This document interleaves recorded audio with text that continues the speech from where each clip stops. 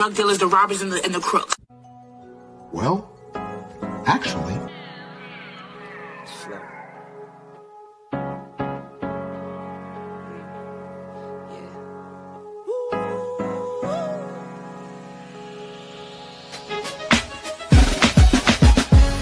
And I'm watching the rise, and I wouldn't say I'm shocked, cause I'm hardly surprised.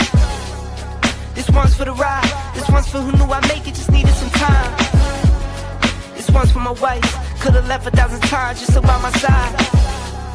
This one's for the grind, I knew it would happen, just had the strength in my mind. It's the Travel OG, and welcome to the Black Manosphere Conclave 5.0!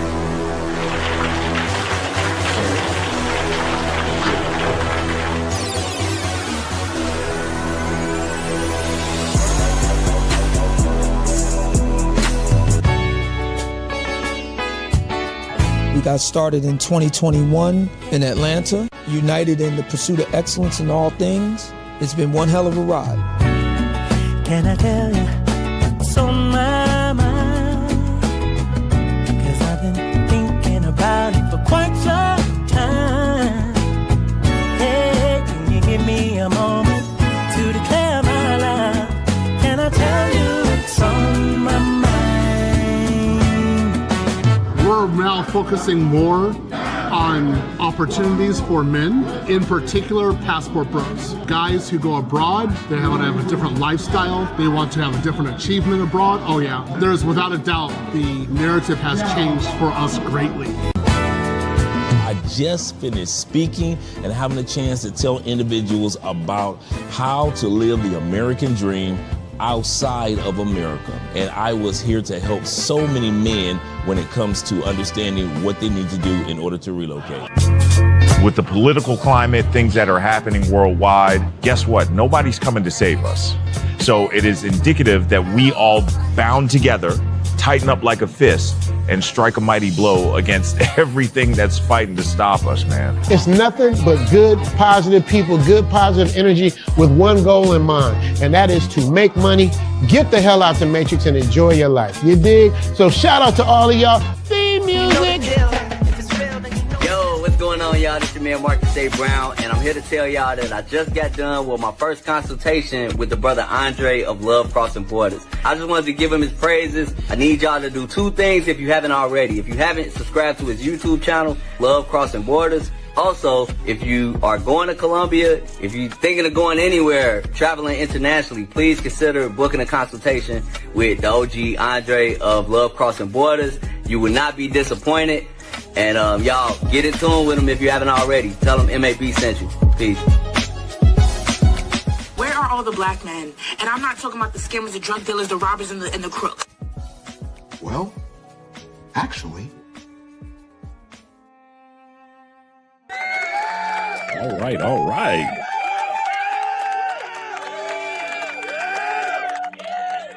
Well, all the black guys are here, on black men, that is, and the few women that dare to tread this channel, we are here with Andre and Andre's Love Crossing Borders. $4 billion.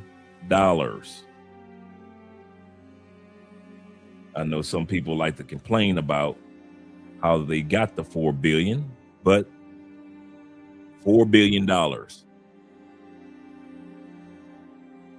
That's how much Medellín, Colombia alone has made between 2023 to 2026. 3 years in nothing but tourism. Nightclubs, restaurants, stores, Airbnbs, and other tourist attractions have opened up the floodgates to where Medellín, Colombia is considered one of the places to retire, one of the places to have fun, one of the places to explore as a tourist or an expat. $4 billion. And yet there are still some locals that have a problem with that. They don't like the gentrification. They don't like change. They just don't, we as people in general don't like to adjust our lives even if it's something positive happening for us, like $4 billion. We're going to hear a debate tonight between one of the Passport sisters, shout out to her, Maria Sincere. She just moved to Colombia over the last year. She's growing on social media. She's been to a few countries in South America. And she has a debate with a local Colombiana who does tour guides for foreigners. And she speaks with the same veracity and tone that a lot of the locals in Medellín have when it comes to tourists, when it comes to the sexpats, when it comes to pookies, ray-rays, nook-nooks, and paw-paws, and when it comes to gentrification. We're going to hear about it all tonight. You know, I'm going to have some stats and some facts, such as the stat of $4 billion with a B, capital B, that the city of Medellín has made in tourism alone. What about Colombia? How much has Colombia made since the pandemic? Well, the estimates say that Colombia has made over $8.7 billion since the end of the pandemic. Good money if it's only coming from one source, tourism. Now, of course, we all know Colombia gets its money through the sale of petroleum oil, coffee, flour, and other exports.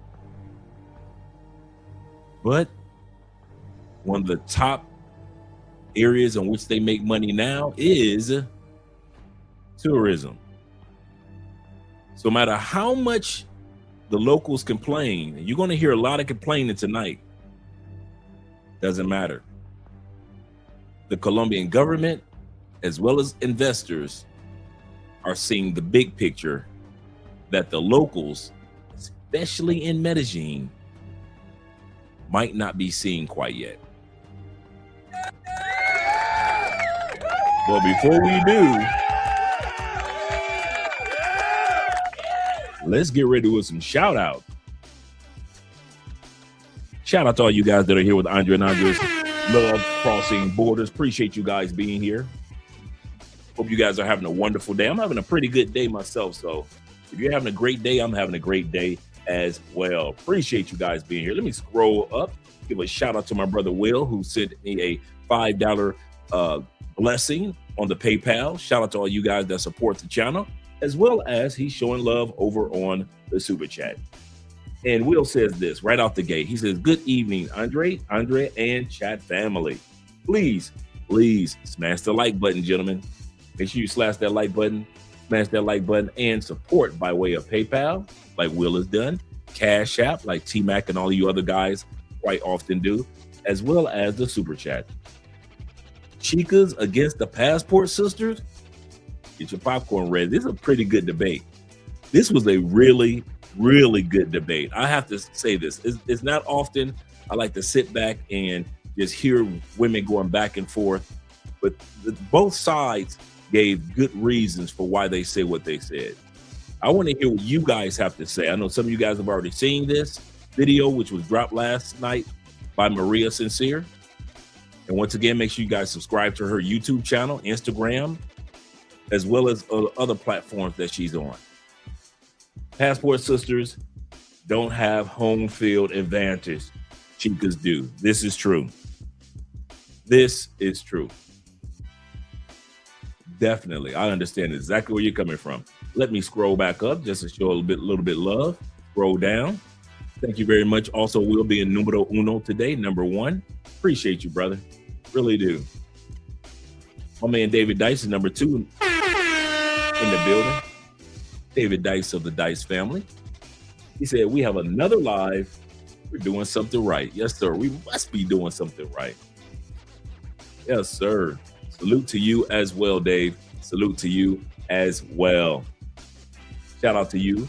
Shout out to my brother Ahmad Milner, Mr. Milner in the building.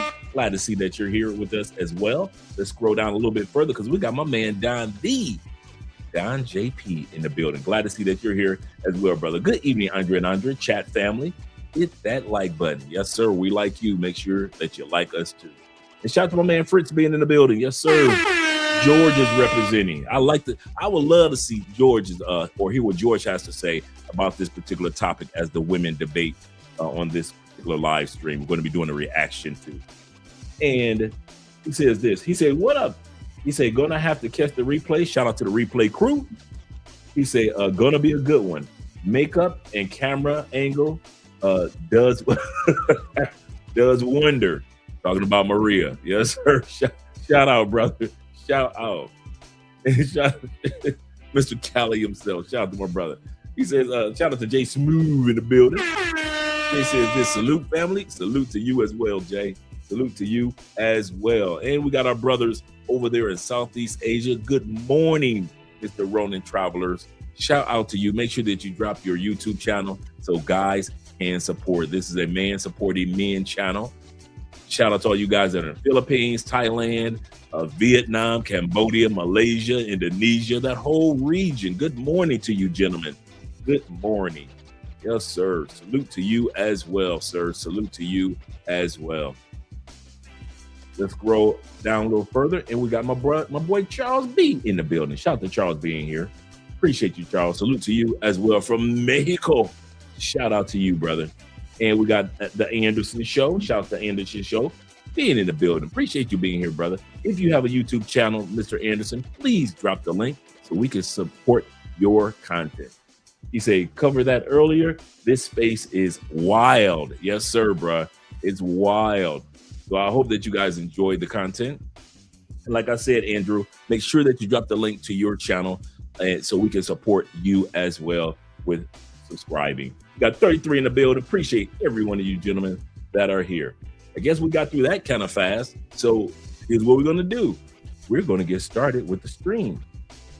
Let's change the music up already right now. I think that's the fastest intro we've done in a long time. Only 12 minutes in.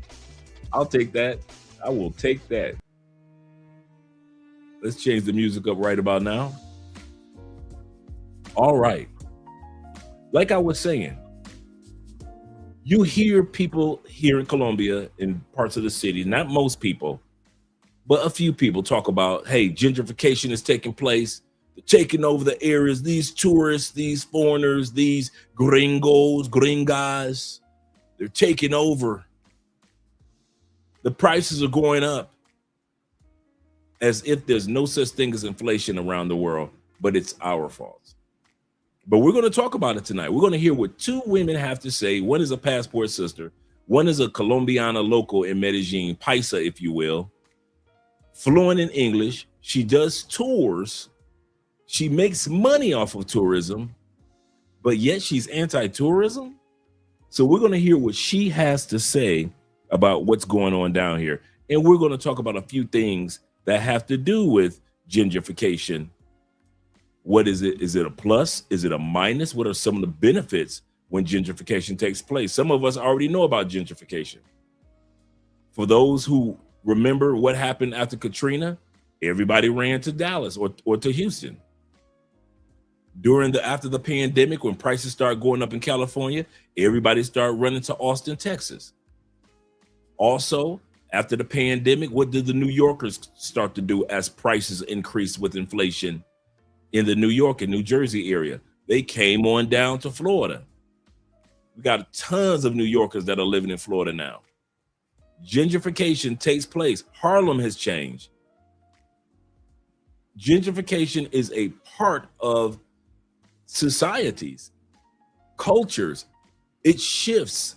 It will always shift. It will always be changes taking place. We've gone from the horse to the horse and buggy to the vehicle. We've gone from trains to planes. Transformation in societies will always be a part of the societal makeup of countries. Nothing will stay the same. And I think that's one of the things that we as locals in the United States, Canada, UK, out in Asia, Europe, as well as 54 countries of Africa, as well as the 12 countries of South America, have to come to a conclusion. Change will always take place if nothing else takes place at all. If nothing else ever takes place again, change will. So let's continue on with the video. And shout out to all you guys. Shout out to my brother Slick is in the building. Glad to see you here with the $3 love. Appreciate you. Shout out to Mr. Elliott himself. I mean, Mr. the travel elitist himself. Appreciate you being here. Salute to you as well, kind sir. Salute to you as well. And my brother DJ. DJ said, I saw this last night. I know a few of you guys saw it. It was really good. Saw this last night. It was like a scenario, right? Right. He said, did I say scenario? It is a so I got it right. Sounds like you want us to give you money and leave, and that's all. That's what it sounded like. That's what it sounds like.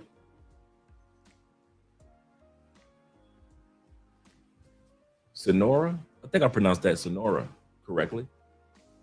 He said I was late. He said I want like wait Sonora. I was like wait Sonora. Oh, okay, Senora. okay, Senora. Okay, I got you now. I was like Sonora. Shout out to T-Mac being in the building as well. Appreciate you guys being here. Scroll up a little bit. Shout out to my other brother being in the building, Mr. Scholar himself. He said, yo, let's go. We're about to get started right about now. I'm not even going to say anything to hold anything up. I was just talking about, I'll be stopping every once in a while to talk about what has happened when it comes to certain topics that these ladies are going to be talking about. So I'm going to keep my mouth shut tonight and let it roll. Let's get started right about now. And you explicitly said, Medellín doesn't need tourism. Medellín was fine before tourism. I'm going to translate that. I know I said I was going to shut up. Y'all know me. Let me translate that. Medellín was fine before it made that $4 billion off of tourism. That doesn't sound right, does it? I'm going to say this again. According to the locals, Medellín was fine before tourism. Translation, on the economic scale, Medellín has made $4 billion over the last 3 to 4 years. They didn't need that $4 billion. Name a city in the world that doesn't need $4 billion. Spelled with an alien. I'm going to start this back over. She's in the middle of the discussion with the young lady. Once again, this young lady here is Maria Sincere, just moving to Colombia over the last year. And she's having late last night, she had a conversation, debate, if you will, with a Colombian local who's been on tour telling the locals and telling foreigners we don't need tourism after we've given them $4 billion.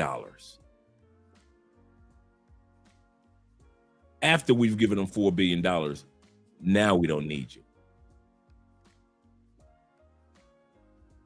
Now, after we've helped Airbnb, businesses, nightclubs, and so forth, now we don't need you. Yeah, let's have some fun with this one. And you explicitly said, Medellín doesn't need tourism. Medellín was fine before tourism. So I'm inviting you up here to explain that, because you didn't just say sex tourism. You talk about that later on. Hi, how are you? Hello. How are you today? Good, very good. Okay, so I'm giving you an opportunity because you have the You are giving me an opportunity to me. Yes, so that's that's a polite thing to say in English. So people are talking about you, how you saying you don't like American tourism. You thought Colombia was The weirdos that Chill Capo has sent me, the fake profiles, those. No, Listen, no, okay, I'm going to say. no, hold on. Let me I explain to you first what I'm talking about, so that you can respond fully understanding what I'm talking about. Okay. So I saw a video that you made today, and you said this explicitly, word for word. Colombia doesn't need tourism. Colombia was Is better. it true? Colombia was better before tourism. So Yes, my facts. question to you is, why are you selling tours and you don't like tourist here? It doesn't mean that I don't like tourists. I'm just saying facts. The Colombians, the locals, are so done with the tourists because they are raising the prices for us. That wasn't the question. The question in the statement was Colombia better before tourism? She started talking about the prices. Let's talk about the prices. What causes inflation in a country? Let's talk about it real quick. I'm going to let these ladies finish off. 5 reasons why inflation is taking place in Colombia since I've been here since 2016. Global price changes in general because of the pandemic and beyond. Oil and other imports have become more expensive in Colombia. Tourists have nothing to do with import costs. I'll say that again. Tourists have nothing to do with the import of products and the increase of tariffs and other things that happen in Colombia. Like I said, 5 reasons why prices have increased in Colombia, at least since I've been here. Number 2, the exchange rate fluctuation. Sometimes the currency of the Colombian dollar has value. Sometimes it doesn't. Sometimes the US dollar is stronger. Like we've seen the US dollar get all the way up during the pandemic to 5,000 to 1, 5 to 1 in other words. 5,000 pesos to 1 USD. Now it's dropped all the way down to, today, me and Andrew's looking, it's at 3,600 pesos to $1. The reason why things get expensive in Colombia is because the dollar fluctuation. That has nothing to do with tourists. Number 3, the expansion of monetary policies can push up prices. In other words, governments and investors, they impact the prices, whether it be the Colombian corporations that are already here or the Colombian government itself or external governments and corporations. For all of our countries, it impacts all of our countries this exact same way. When tariffs take place in the United States, when wars take place over oil in the United States, for example, my brother T-Mac was showing me a gas station near to where he lives in California, $7 gas per gallon. That's not any, has nothing to do with the tourism that takes place in California. That is government and corporate entities that cause that. Number 4, supply chains. The reason why Colombia increased its prices because after the pandemic, supply chains have always been off, whether it be the oil being locked up in the Middle East, whether it be China taking so long to send products to our countries after the pandemic. Remember the supply chains just locked up. It took so, I didn't know this until a couple weeks ago. Did you know the average oil tanker, just an oil tanker, moves at the speed of an Olympic bicyclist?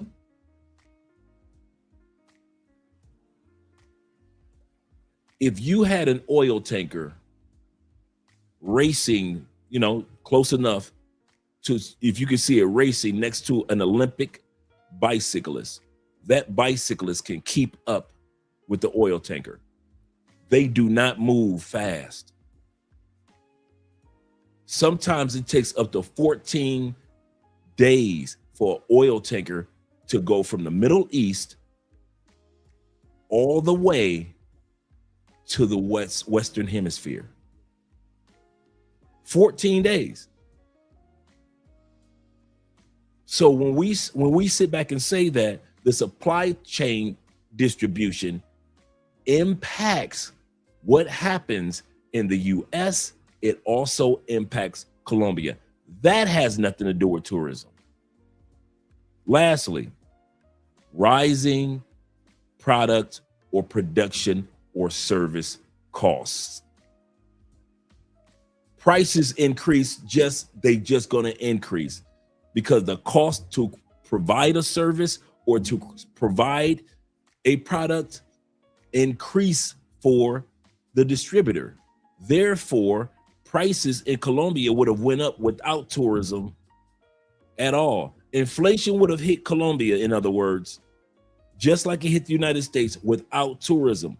They're just stating it as if the locals don't, the locals don't know. Why? Because we don't know in the United States. We don't know. Canadians don't be knowing all the details until you start reading as a Canadian and reading as a US citizen and reading as a Mexican and keeping up on these things as a Colombian. But if you don't, the first person you're going to look at is everything is increasing because of the locals. I'm letting you know now, statistically, that's not true. Tourists are not increasing the prices of products. Now, does gentrification have an impact? Yes, we're going to get to that in a little while. But I want to lay a foundation to let you guys know that there are 5 major things that take place in a country that causes inflation, and tourism is not on the list. Tourism is not in the top 5 reasons why Colombian prices have increased for me as well as locals. David says this. He said, I'm with the people of Medellín. Just because you bring in money doesn't replace peace of mind and respect. I agree with that, but that's not what they're talking about. I agree with that 1000%, Dave. The craziness that's taking place in Medellín does not replace the peace, but that's not what she's talking about. She's talking about expenses. She literally just said, because of you tourists, because of we tourists, that Colombia has become more expensive. What's up, brother? I'm actually I'm actually in the middle of a show right now. Okay, my bad. I thought you was free. I mean, yeah. Let me know whatever you want to do. So I just did a stream yesterday with another. I saw you. Yeah. What? I don't have a problem jumping on and answering live questions or on the spot, like because my story and the details of everything need to be heard because it affects all Black people trying to come into Medellin. What's your schedule like for tomorrow night? I got a show tomorrow night. What's your schedule tomorrow night right around this time right now? I'm available. Okay, I'm going to send you the link and everything that you need after the show tonight, and we're going to get together in regards. So we'll do the show tomorrow night. All right, no worries. Just shoot me the links and whatever info or anything you need on my end, and let's do it. All right, man. I saw your post, and I watch everything, because obviously I'm looking at what's being said about me, right? And who knows better than me about what happened in the situation, the cover-ups, the footage that I have, the government, ripping my phone out of my hand, filming them what they were doing to me, and You know what I mean? Like, it's a lot deeper. And then you were the only person that pointed out about, you know, the Sam McVeigh guy, the other white guy that was you. Yeah. The only single person that caught that and actually, you know, did the research and brought it up. So I was like, you know what? If I'm going to talk to somebody, I need to talk to him, because he's the only one out there doing the legit homework and asking the real question, that why is the white boy being hidden? And he was the actual criminal and pedophile in this situation. Absolutely. And I was just the person that had a visa issue, which they don't deport you for visa issues. They just take the money from you and let you stay you know what? couple of weeks That's longer. a good point. That's a good point. Care. They don't have enough airplanes to deport everybody who overstayed a visa. That's a good point. Yeah. That's not what they care about. That's not the big deal. Oh, give us $800, you can stay another 30 days. No True. problem. Cool, take the money. It wasn't about the money. It was because I was embarrassing the mayor because he couldn't catch the people that killed the American Airlines flight attendant, and his opponent is whooping him, you know, and making him look bad. Like, he ain't doing nothing. He ain't cleaning up nothing. He has no law, no order. No, you know, the other guy's like a hardcore, you know, social nationalist, you know, Colombia guy. So he making Fico look bad. So Fico's like, fuck, I got to get some wins. Right. Who's the biggest person that we can deport or get rid of that has a little bit of name that goes viral? And they picked me. They don't show my face, you know. But we'll get into that tomorrow. But okay, you caught a lot of that, and that's why I got respect for you, and that's why I reached out, because you're the only person on the entire internet that caught what your eyes saw and actually questioned it and why. The question was why. Yeah. And everybody knows why. Yeah. Yeah. The why is easy. Yeah. That story man, I was running back and I was telling the guys on the live stream, like I said, we're live right now. I was telling them I was running back and forth to my wife every time I discovered something crazier about the white dude as I was going down that rabbit hole. I could not believe the stuff that this dude had done. So we're going to talk about that tomorrow as well. So for those that hadn't saw it. I'm going to text you some videos and some stuff that you can see, that, you know, just so you can sneak preview and kind of like, okay. You know, and then we'll talk about it tomorrow. But at least I'm gonna give you a little bit of you know. Okay, cool. So you can look into like, oh, okay. But I appreciate the call. Appreciate you reaching back out, and just text me and let me know. I'm ready when you are. All right, brother. I'll make sure I get all that over to you. All right. Talk to you later. Yes, sir. All right. Looks like we've got an exclusive interview tomorrow evening with Chill Choppa. Shout out to that brother. So we're going to hear what he has to say in regards to his being deported from Colombia. And like he said, from all you guys that heard, he stated that we were the only ones that actually did a video on the white dude. You know, I haven't seen any. I think I saw like one other person, Maria, the young lady on the video, was the only person that actually talked about the white dude, period, like real short. But we were the only ones on this channel that actually did a thorough, in-depth research on, you know, how he was back in the States and he had lost his job and he was a Spanish teacher and he was, you know, you guys saw it the other day. And so, like the brother just said, he said, you were the only person that didn't come at me, but actually want to know what was going on with the other guy as well. So we're going to be doing an exclusive interview with him tomorrow. So guys, have your popcorn out and have your questions ready, because I know you guys are going to have some questions like I do as well. So shout out to you guys. Yep. Shout out to you. Decent brother too. Really decent brother. So let's get back to like I was just saying in regards to he said he left a message on his IG. He wasn't the guy they portrayed. Yeah, he doesn't come across like that at all. I saw the interview that he did last night. Very respectful young man. So I you know, but I'm not the Colombian government, bro. So I wouldn't know the scenario. So I'm not trying to go yay or nay, but I do want to give the brother a chance to speak his point of view. He said Andre is our hardest working man on these YouTube streets. I'm trying, brother. I am trying. So let's get back to what David was saying. David was saying this. David says, he said, I want the people of Medellin. I am too. I kid you not. I am too. Because I have to admit, it is a completely different Medellin from when I went. I won't even lie. It is different. And when it comes to peace, it is no peace. But bruh, I'm going to tell y'all something about Medellin. And T-Mac and all you guys can kind of attest to this. Medellin was not known for some of the things that it's known for now. Man, dude, when I came to Medellin, man, nobody was getting drugged like that. Wasn't nobody getting robbed like that. Was it happening? Yeah, but on this level, nowhere near. You didn't have it. Guys, you got foreigners in Medellin jumping out the window. I don't know what y'all smoking. Every time you turn around, it's a foreigner jumping out of somebody's window. You didn't have that when I was there. Parque Yeris was a nice spot. Did you have a few ladies of the night there? A few, but it wasn't that many, bruh. It was a lot of couples there. It was different.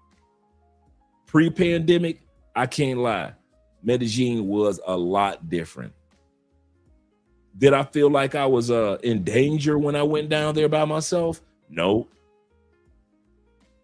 No, I didn't. Now, did I feel the street or underground energy? Yeah. Did I feel the gang related energy? Yeah.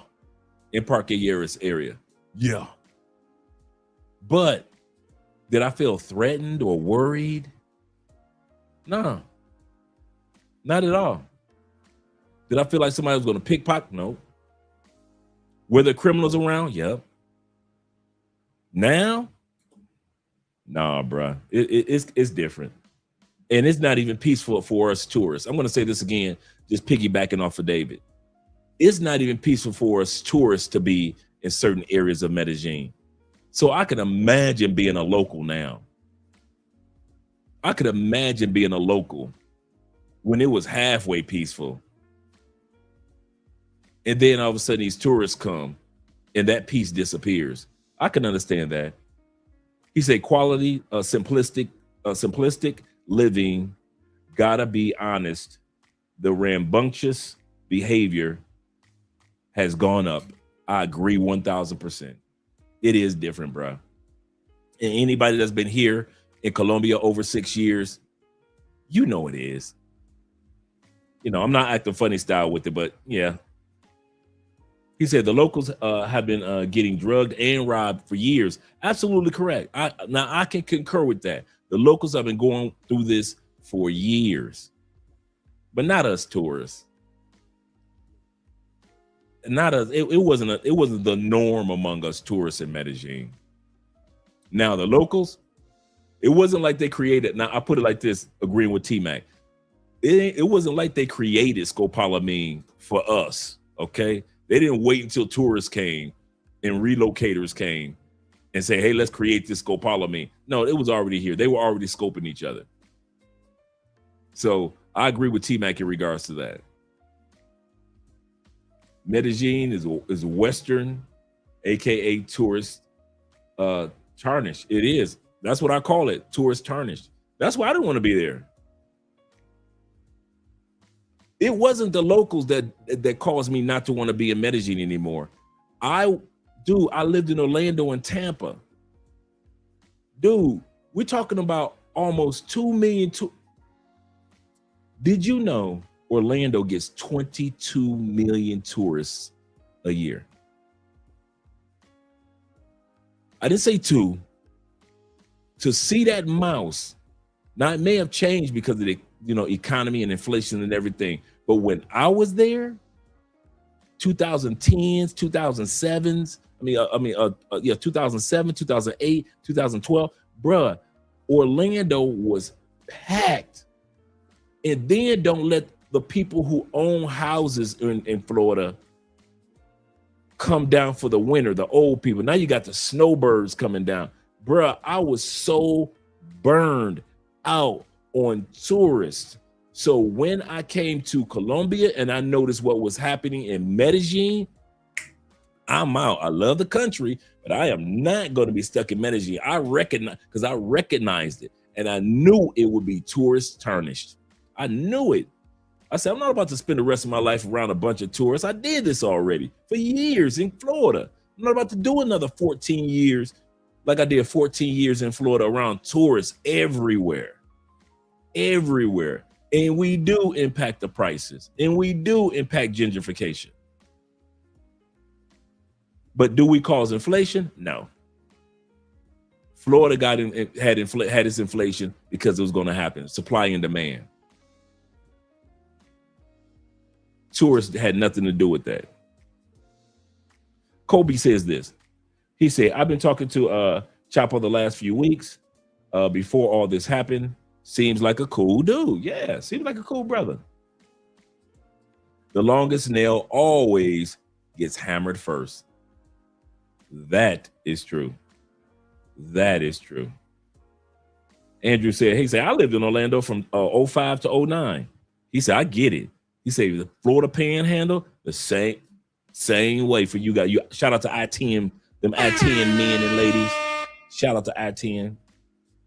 Yep, the same way in scales, just a scale smaller. Just everywhere, man. When you get to the point like, man, when I move somewhere, I do not want to be around a bunch of tourists. Because you just get burned out on it.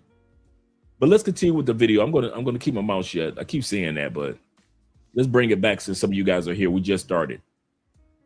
And you explicitly said Medellin doesn't need tourism. Medellin was fine before tourism. So I'm inviting you up here to explain that, because you didn't just say sex tourism. You talk about that later on. Hi, how are you? Hello. How are you today? Good. Very good. Okay, so I'm giving you an opportunity because you have the You're giving me an opportunity to me. Yes, so that's a polite thing to say in English. So people are talking about you, how you saying you don't like American tourism. You thought Colombia was the weirdos that Chill Capo has sent me, the fake profiles, those. No, okay. I'm going to say. No, hold on. Let me explain to you first what I'm talking about, so that you can respond fully understanding what I'm talking about. Okay. So I saw a video that you made today, and you said this explicitly, word for word. Colombia doesn't need tourism. Colombia was Is it true? Colombia was better before tourism. So yes, my facts. question to you is, why are you selling tours and you don't like tourist here? It doesn't mean that I don't.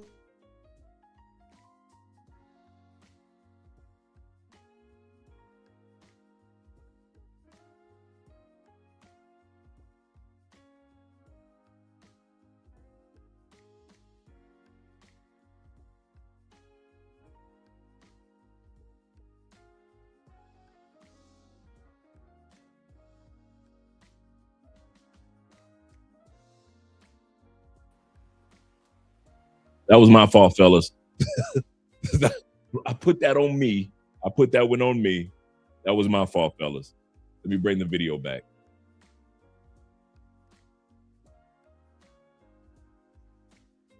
Medellin doesn't need tourism.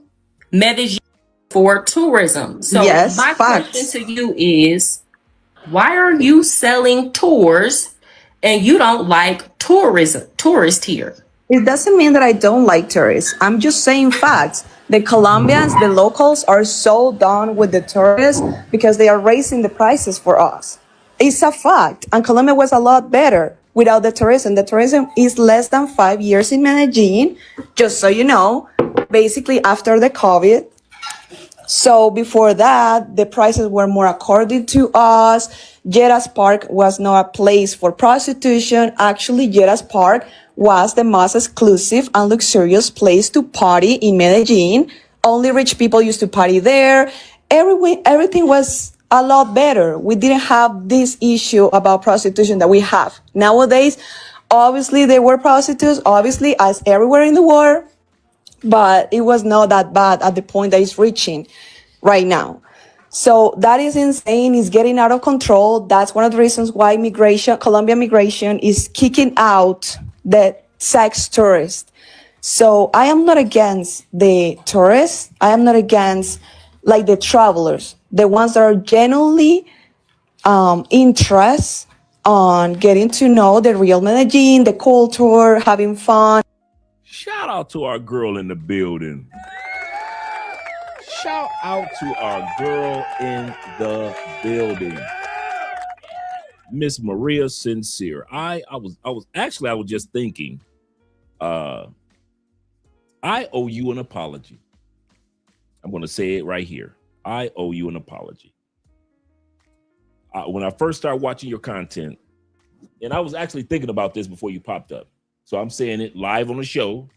I owe you an apology. I apologize.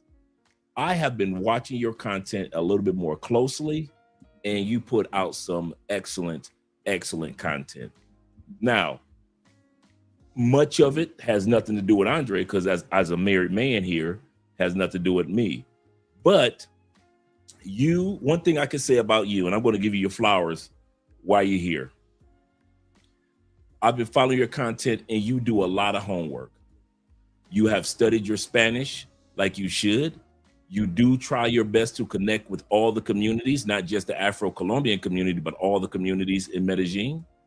You try your best not to be biased in what you say. Now, you've had a couple videos, you say, I'm about to be messy, but hey, ain't got nothing to do with me, right? And one thing that I love what you do is that you come from an intelligent perspective. So I have to concur with a lot of that you say. Now, are we in 100% agreement with everything? None of us are. That's just life. But I do have to give you flowers while you're here. I think when you first came on the scene, I'm gonna say this to you, Maria, right out the gate. You have to and I've been trying to catch up with you to get you to realize this. Before you came, most of the passport sisters were coming, following guys around, pretending like they were Afro-Colombian, so the brothers would buy them drinks, doing videos about the guys. Oh, look at the men over here. Look, we're in Cartagena. Oh, they're following the guys to Thailand. So many of us men were like Star Trek. We got our shields up, right? We got our Star Trek shields up. So when you came along, we already had those shields up. Okay, here's another sister. She's following us around. She's good. But then I sat back and I started listening to you, like really listening to you. For example, during this debate, when you were having a discussion about the history of Colombia, I knew these things. I know T-Mac and a few other guys know about the history of Colombia and slavery. And I sat back and I listened, and I said to myself as I was listening, this woman has done her homework. She's not just here, hey, me and my daughter are here having fun. Shout out to you and your daughter. But she's actually doing her homework. This is the same homework that me and T-Mac and everybody else got to do for our citizenship this year, right? And so it made me feel like, I said, okay, this sister is legit. So what I need for you to do, I need for you to send me an email, because we need to converse, because I've been trying to get you on the show and get people to understand where you are coming from. And so I am going to put my email address up here for you. And I would love for you to shoot me an email. I kid you not. I've done interviews. We've been doing this for 7 years. We've interviewed our girl Tours Badi, our girl Paola, the realtor in Medellin. We basically put Maya Afro-Wahida on the map. She didn't have any subscribers when she was coming on our channel in 2019. And so whenever somebody's doing, a woman that's doing positive content is out there, we try to shine the light on you all.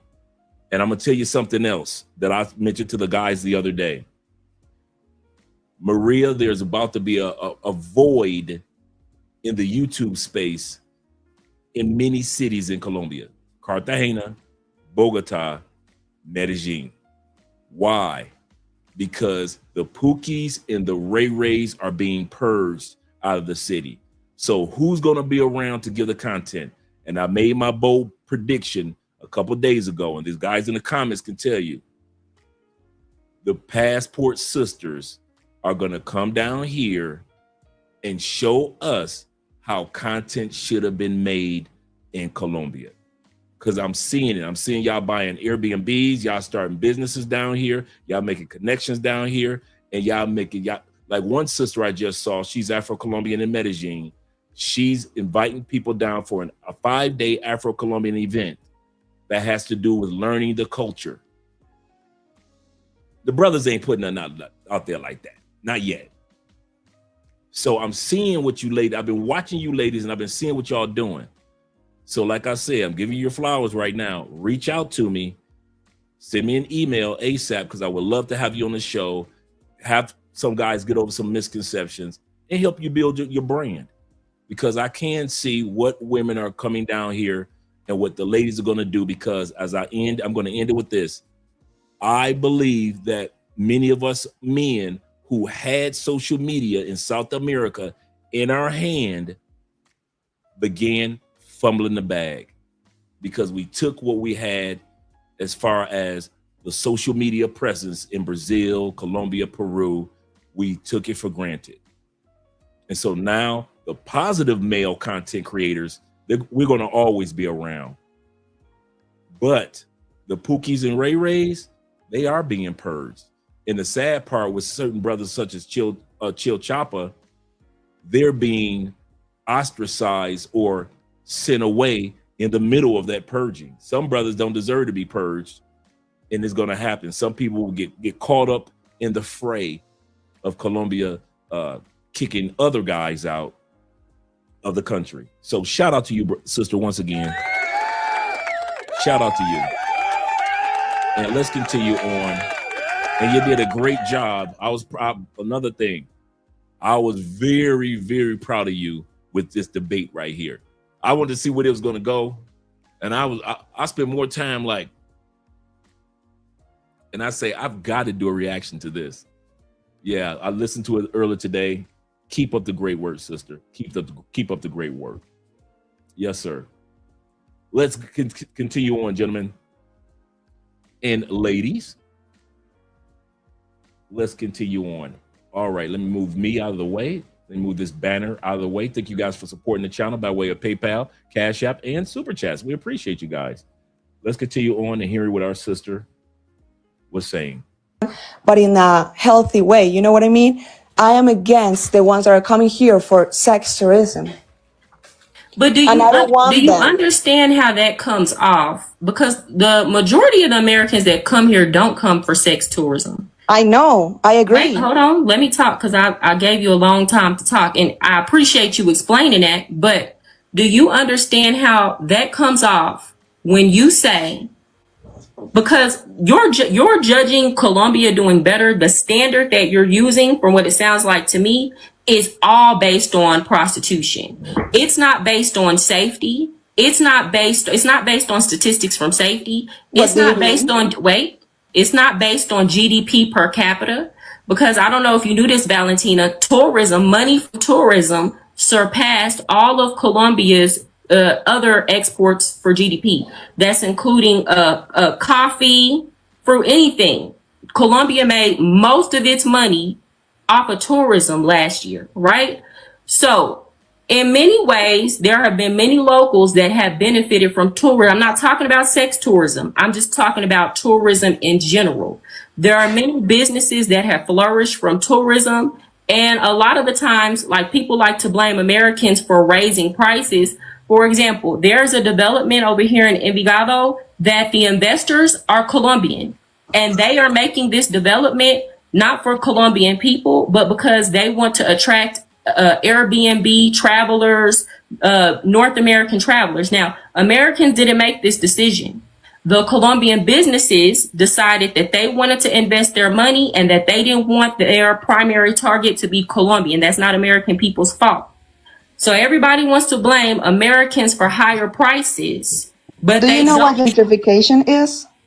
Before we go into the gentrification part, remember what I mentioned earlier, guys, that between 2023 and 2026, Medellín alone has made over $4 billion just from tourists alone.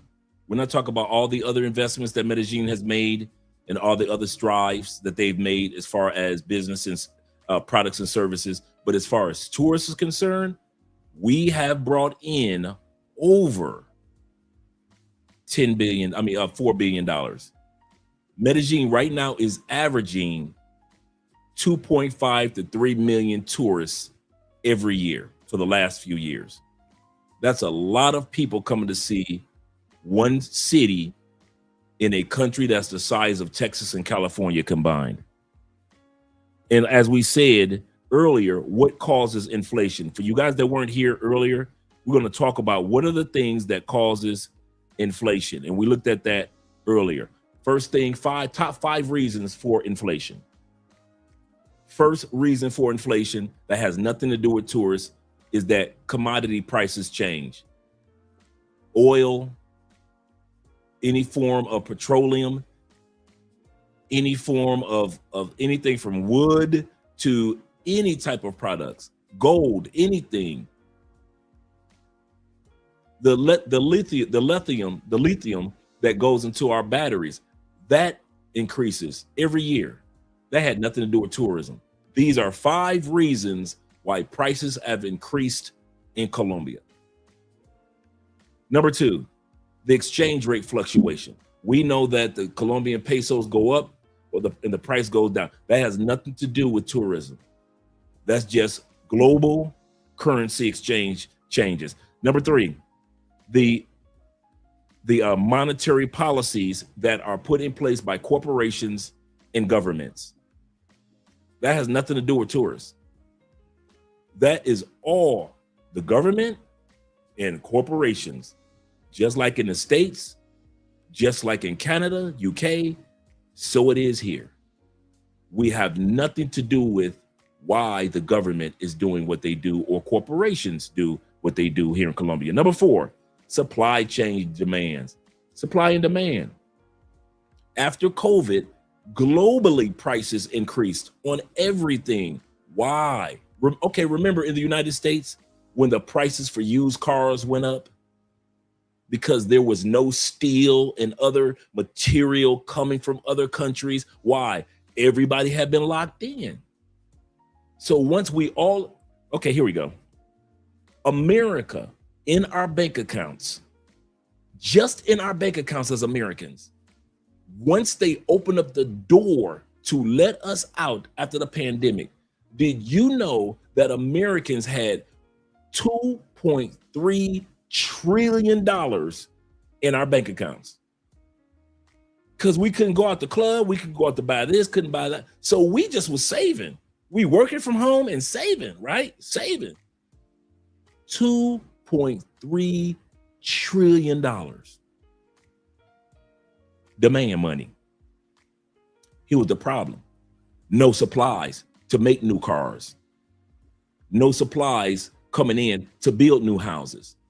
So the few cars that were in the States after the pandemic, the prices went up. Why? Because we had a bunch of money, but we didn't have a bunch of cars, didn't have a bunch of houses to buy. Everything was limited supply. The food was limited because everybody in China was indoors, wherever we're buying our products from, Indonesia, Japan, Korea. So we know what it's like to have inflation take place.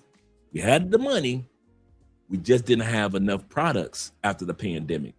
And even the price of used cars went up as if they were new cars. Same thing here in Colombia. It's no different. Those prices here, I was here. We purchased our SUV during the pandemic. It was brand new, $45,000. I told them, I'll give you 25 cash right now.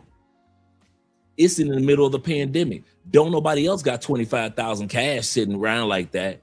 And so the guy went and talked to his manager. He said, hey, we'll do it for 31. I said 29. Went back and talked to his boss. He said, okay, cool. I got it before everybody came out for the pandemic. We bought our vehicle in the middle of the pandemic, right? 5 years ago. Our vehicle, because of supply and demand, is still worth 43. 43,000 5 years later. Why? Because the supply and demand of the products still hadn't caught up with the inflation that's taking place around the world post-pandemic. In other words, there's still a lot more money floating around, and they still haven't made enough products to keep up with the amount of money that's floating around this planet. And if you're not thinking like the average Colombian, you would think, hey, it's the tourist's fault. No, it's not. This impacted all of us globally. So those are the 5 reasons why inflation took place in Colombia, and none of them have to do with tourists. None of it. And we're going to get to the gentrification part in a moment, and how we're going to look at the 5 top reasons why gentrification benefited Colombia. Just like gentrification benefited Austin, Texas, benefited my city, Tampa, Florida. A lot of times we'll complain about Harlem. People complain when Harlem went gentrification, but look at Harlem now. Look at Harlem now. Look at Tampa now. Look at Austin, Texas now. Austin was mainly known to Texans. Now everybody know about Austin, Texas now. Because gentrification took place. It's not comfortable. But there are things that benefit a country or a city when change, which is inevitable, takes place. Let's go back to the video. I know what gentrification is, Valentina, because wait, hold That's on. what is happening. Wait, hold on, wait. Y'all are not the only ones that deal with that. In the United States, they're all around the world. People with businessmen decide we want to make more money and we don't want to sell.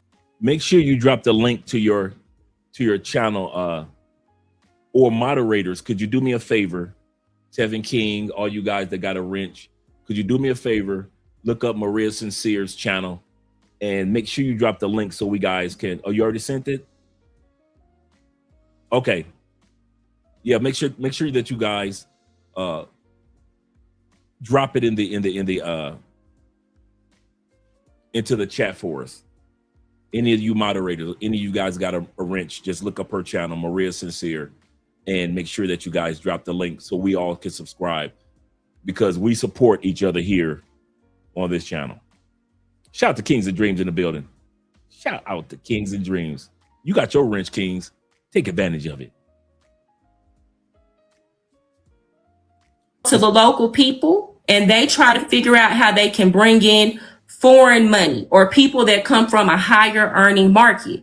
You can't blame the people from the higher earning market. Who you must blame is the people who have decided, I don't want you. It's supply and demand. It's natural that happens. If someone is willing to pay more, then the price is going to raise. It's supply and demand. It's basic economies. Why are you mad at the person? Why are you mad at the person who is the buyer and not the person who is the seller? Because in my opinion, here's the thing. Because in the United States, people immigrate to the United States. People immigrate. If you're selling whatever, like let's say a shirt, someone is willing to pay you more than what the price that you are selling it, you're obviously going to sell that to that person that is willing to pay more. Yeah. So why are you mad at the person buying the shirt and not the person selling the shirt? Because the person selling the shirt is natural that she will accept that offer. Like that's a choice. Though.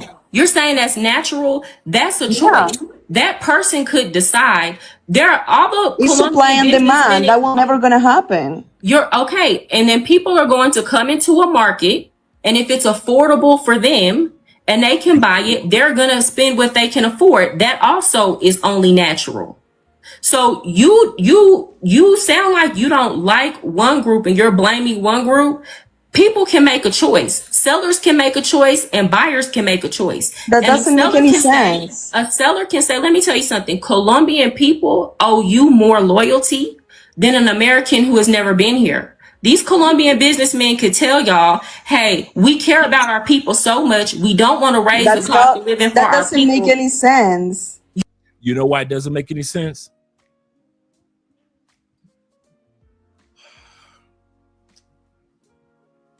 Americans, whether we want to accept it or not, we were born to understand corporate movements. Colombians are born to understand collective movements, the family dynamic, friends. We weren't raised to only think as a collective.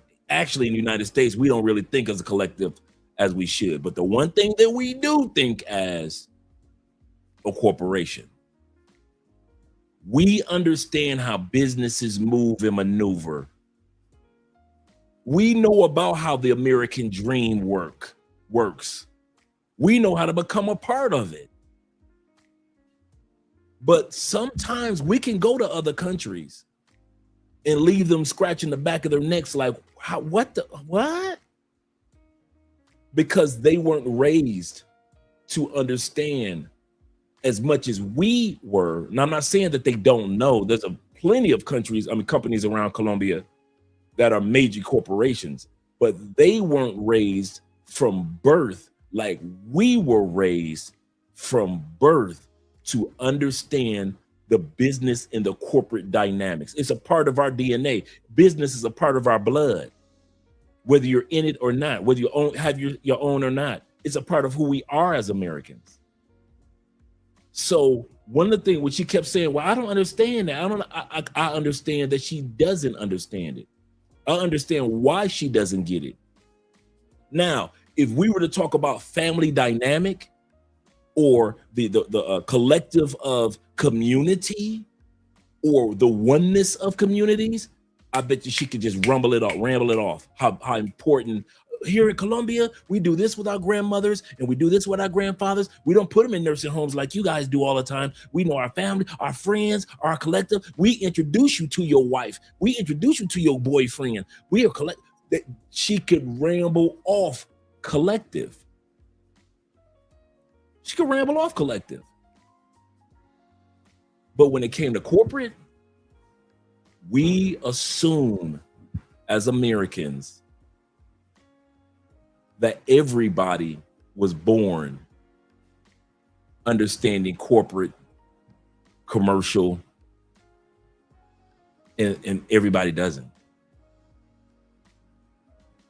Not saying that they are less than, not saying that we are better than, but we just know that we were born under a capitalistic society, and it was they put it in our bottles when we were babies. They sprinkle a little capitalism in your baby bottle.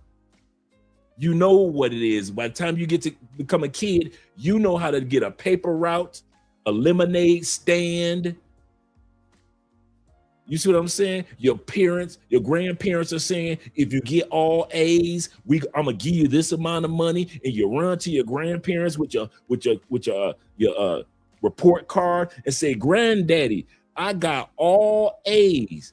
And in exchange for that, you know, granddaddy's going to buy you a bike or give you some money, whatever it is. We were raised to understand the process.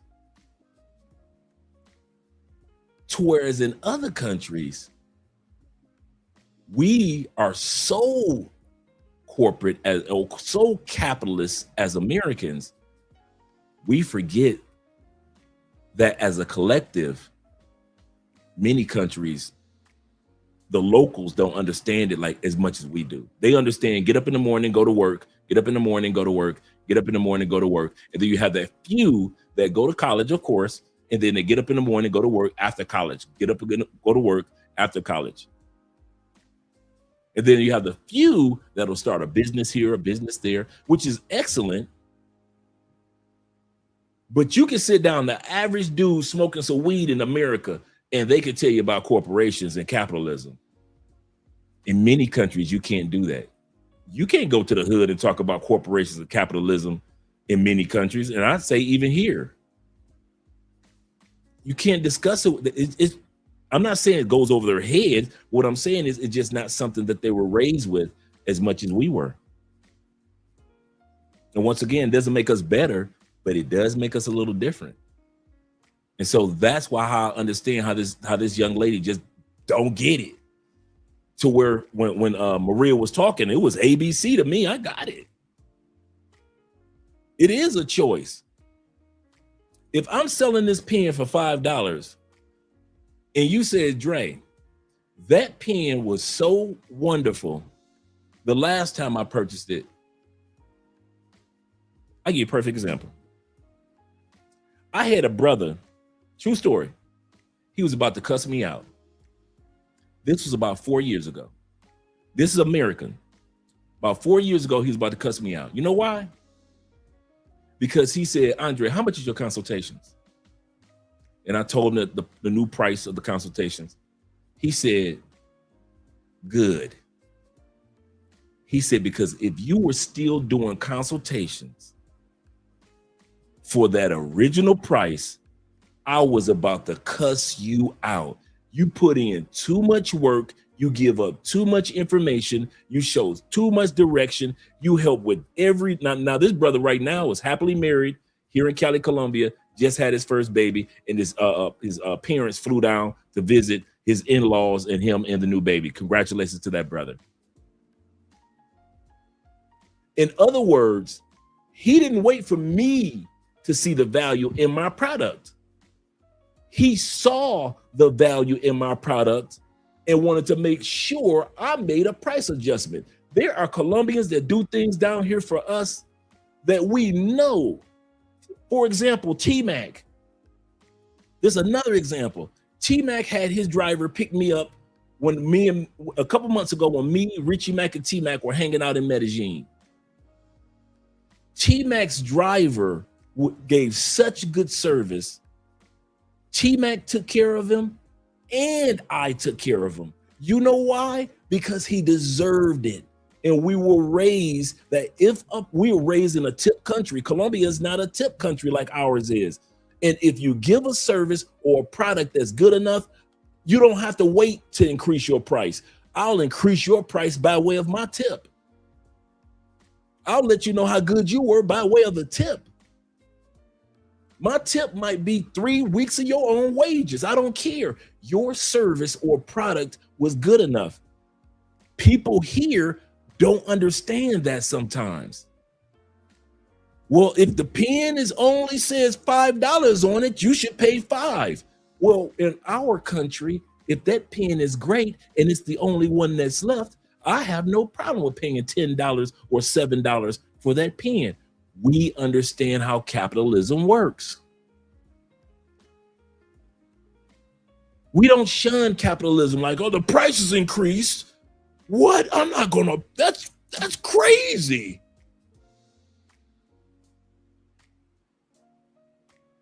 There's a sister that Andre was telling me about. She was on TikTok, went to Medellín, got her nails done.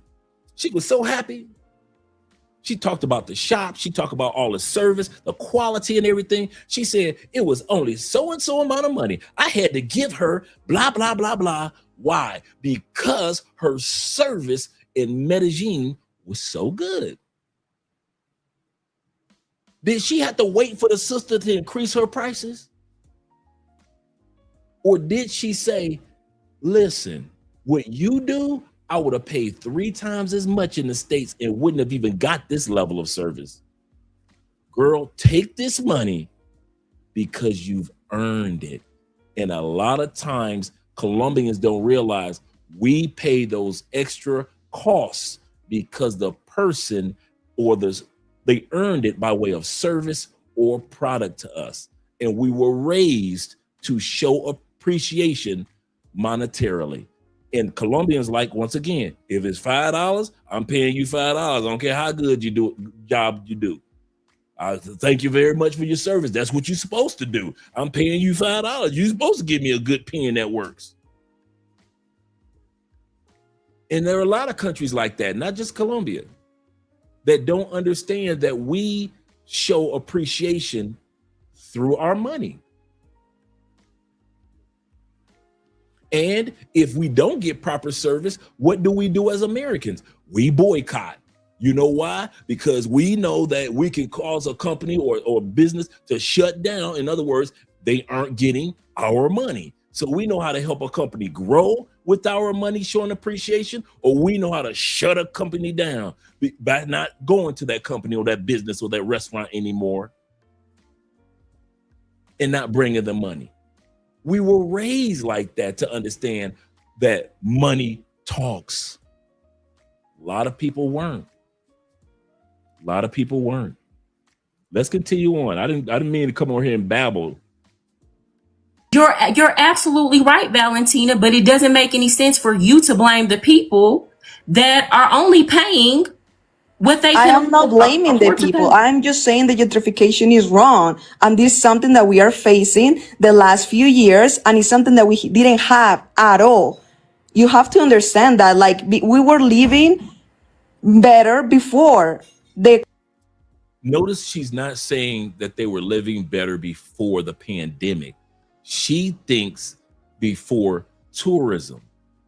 Yeah, everybody was living better before the pandemic, but she's trying to make tourism the scapegoat for the inflation that took place in Colombia and globally.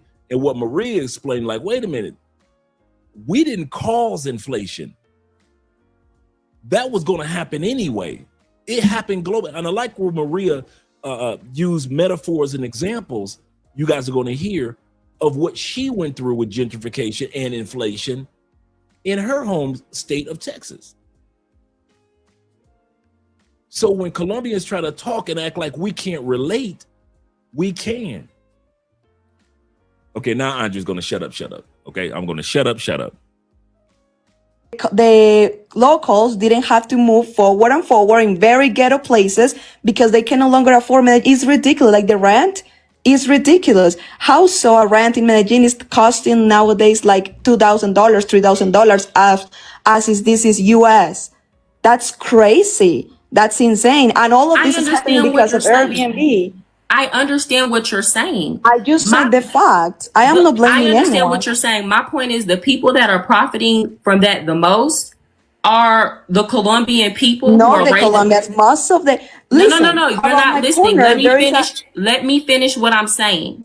The people who are profiting the most are the Colombian businessmen who own, or the Colombians who own these properties. I understand the rent. The gringos are the ones who are buying these properties nowadays.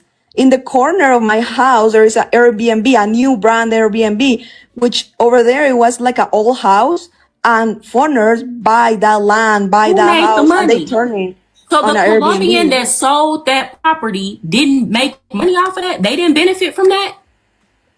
They didn't make way more money from that transaction than what they would have made selling it to a you think that person? So that's beneficial if everything is going to raise for everyone. Look, I didn't say it was beneficial. I'm saying the Colombian that sold that property benefit. I didn't say everybody benefited. I said the Colombian that sold that.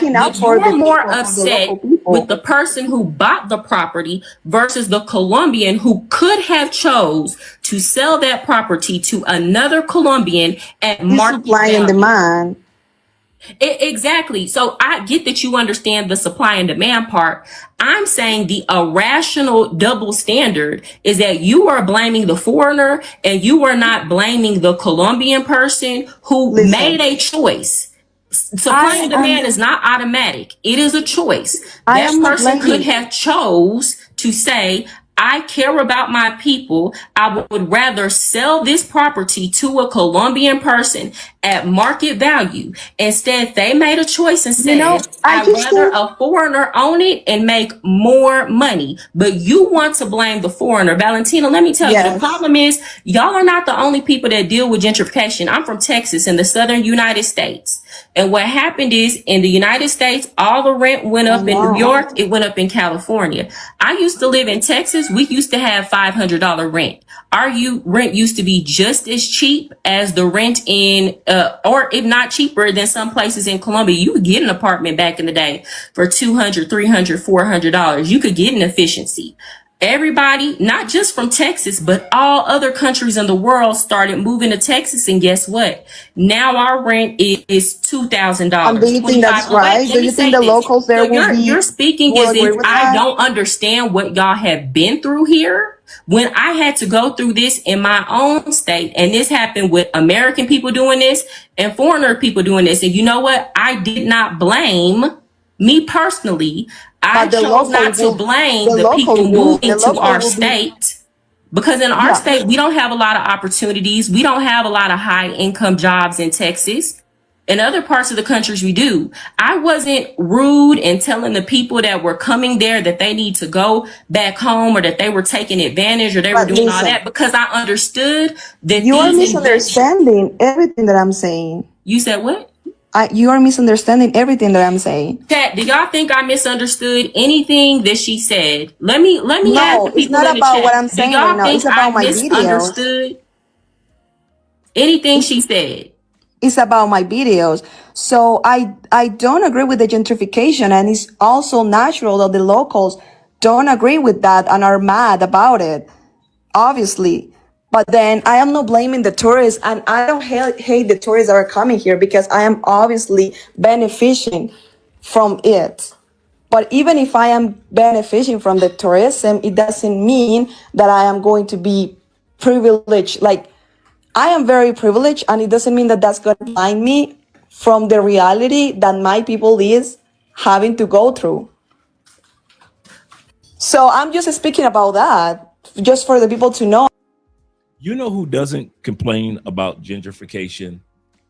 And I noticed this a few years ago. Who doesn't complain about gentrification? Who doesn't complain about inflation?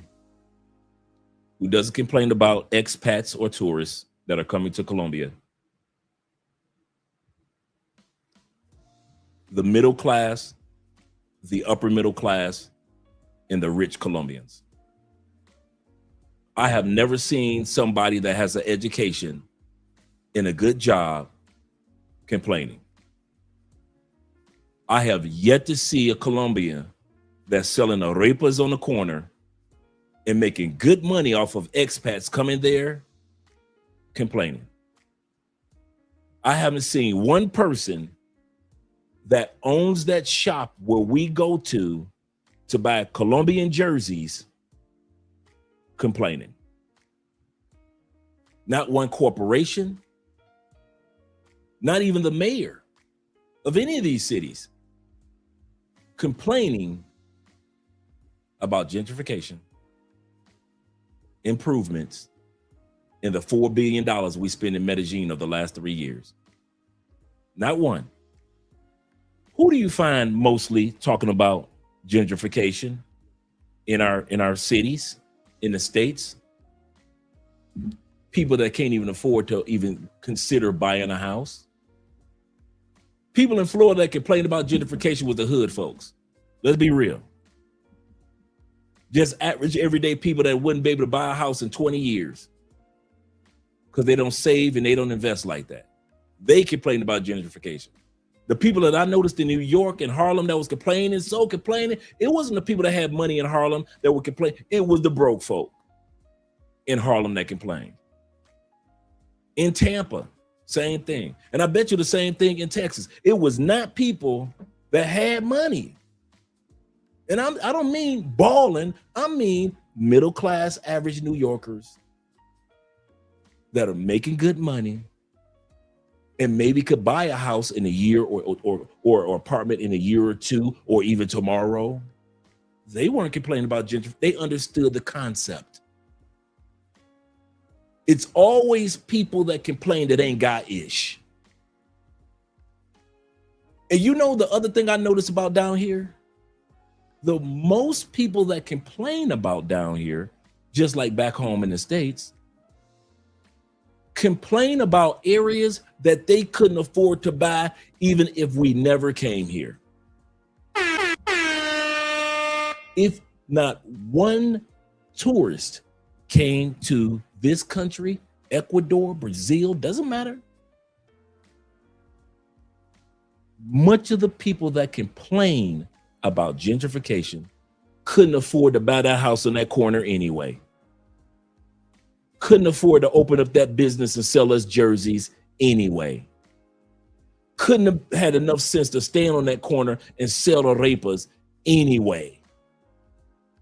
I've noticed that it's always the people that ain't got ish, don't want to do ish, ain't gonna become ish. The only reason she making a few dollars because of us. In other words, if we didn't get off the plane, she'd be in the midst of those that ain't got. The only thing that's opened up the doors for her is that she had enough sense to learn English. So now she can get the English tourists, right? Because she knows English. If it wasn't for the English, she'd be up in them hills that she complained about. She'd be up in them same dang hills. What's my point? It's always the people that ain't got ish, the main ones that got the most to say as if they got ish. They complain as if this American parked his Chevy Spark in front of my Lamborghini. How dare he? That's how they talk to us. As if, how dare he buy that house, which the one lady just said was abandoned. I'm gonna say this again, because I can replay it.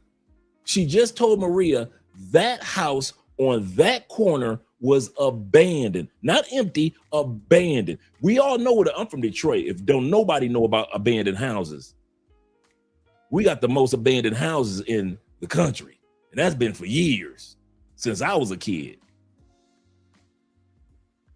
That means that house been sitting there for some years. Not one Colombian saw it as an investment piece or place where they want to stay. Enter the expat. The expat saw it. I can do something with it. No, you can't. Believe you me, I can do something with that. You sure?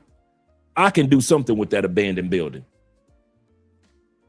I know a few things I can do with that abandoned building. So even though the rest of the people in that community were scratching the back of their head like, I would never buy that house, the expat came and purchased the house, and now she's pissed. Not that the Colombians saw the business side of it, which many can, but they didn't. And so the expat came and gave the dollars and saw from the capitalistic mindset how they could capitalize on buying an abandoned building. And only a person that lives in a neighborhood with an abandoned building and you still fussing. She's fussing as if she was about to buy the building. No, she wasn't. Her auntie was about to buy. No, she wasn't. Oh, her coworker was about. No, she wasn't. No. She's selling tours. She ain't had no coworker. Oh, okay. Who was about to buy that abandoned building? Nobody. So why you fussing as if somebody was about to buy that building other than the expat? No matter what takes place with gentrification, you're going to always hear the people that ain't got nothing going on complaining the most. That's globally. When we went to France, same tears. They complaining about gentrification. And you know who complained the most? The French that ain't had nothing. They complain the most. When we went to UK, they complaining. Why? Because shifts are being made in the UK. And guess what? Guess who's complaining? The ones that ain't had nothing. It's always the ones that ain't got nothing, as if they about to do something, that complain. Marching up and down Medellín. Okay, what y'all gonna do? Are y'all gonna pool together and buy that piece of property? No, we just marching. Oh, so y'all just marching, but y'all ain't about to buy that property. So you don't want me to buy it as an expat, but you ain't got the money to buy it, but you got the money to march and try to tell me to go home. Does that make any sense? It doesn't. We're all going through this since the post-pandemic, all of us. And that's one of the things Maria tried to explain to her. Yeah, seriously. And I would explain to her. That's a good point, T-Mac. And that's crazy. I'm going to drop the link to Maria's channel in a second. Did any of you guys get a chance to drop the link? Yeah. Yep, bad press. And it's just like that. He said, well, it seems like that she's been up. It seems like about to be up in these hills anyway. She's alienated her. Right. Right. Why would you pick and choose your battles? One thing we can say about politicians in the States, they might not like each other, but they know how to pick and choose their battles. And we learned from that.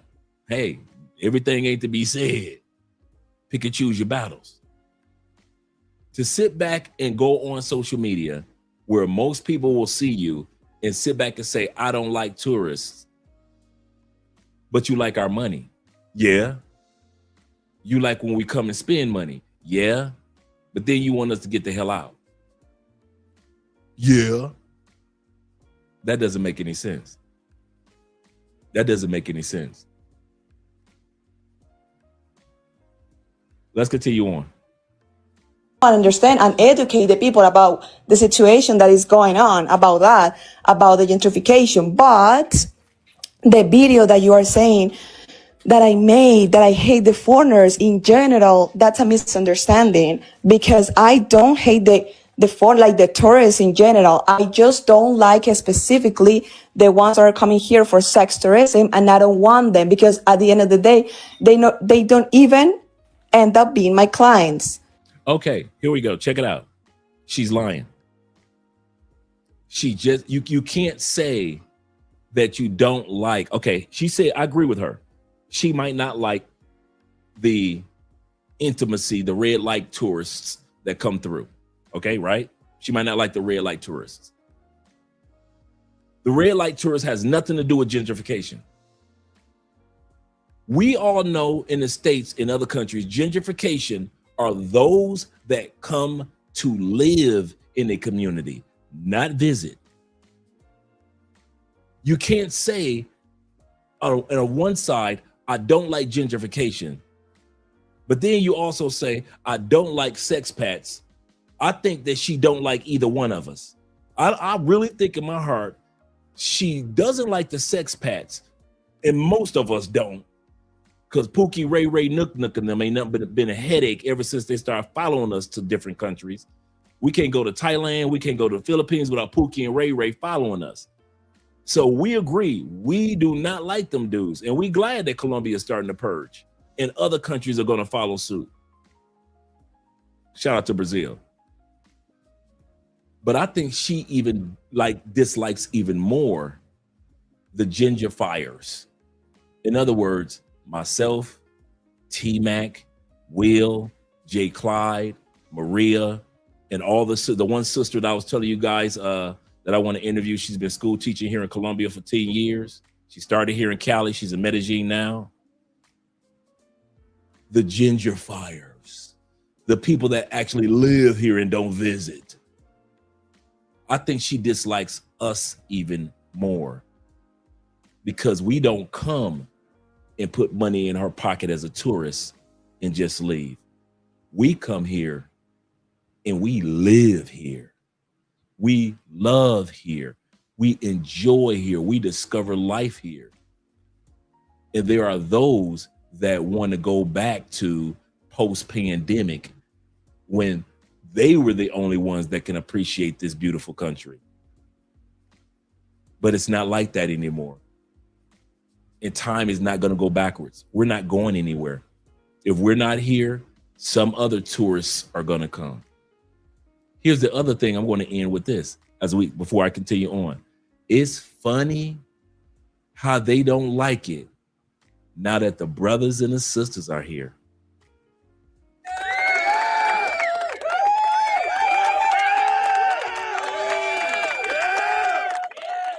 Long as the white tee women and the white tee men was coming to Colombia, we ain't hear none of these complaints. They've been living here for the longest. Long as the white tee men and the white tee women was living here, I want a blue-eyed blonde baby. In the black community, what they say? Whiten up the race, lighten up the, ain't say nothing when the white brothers and sisters was coming down here. Soon as some melanin started popping up, here come the picket signs. No matter how much money we got, here come the picket signs.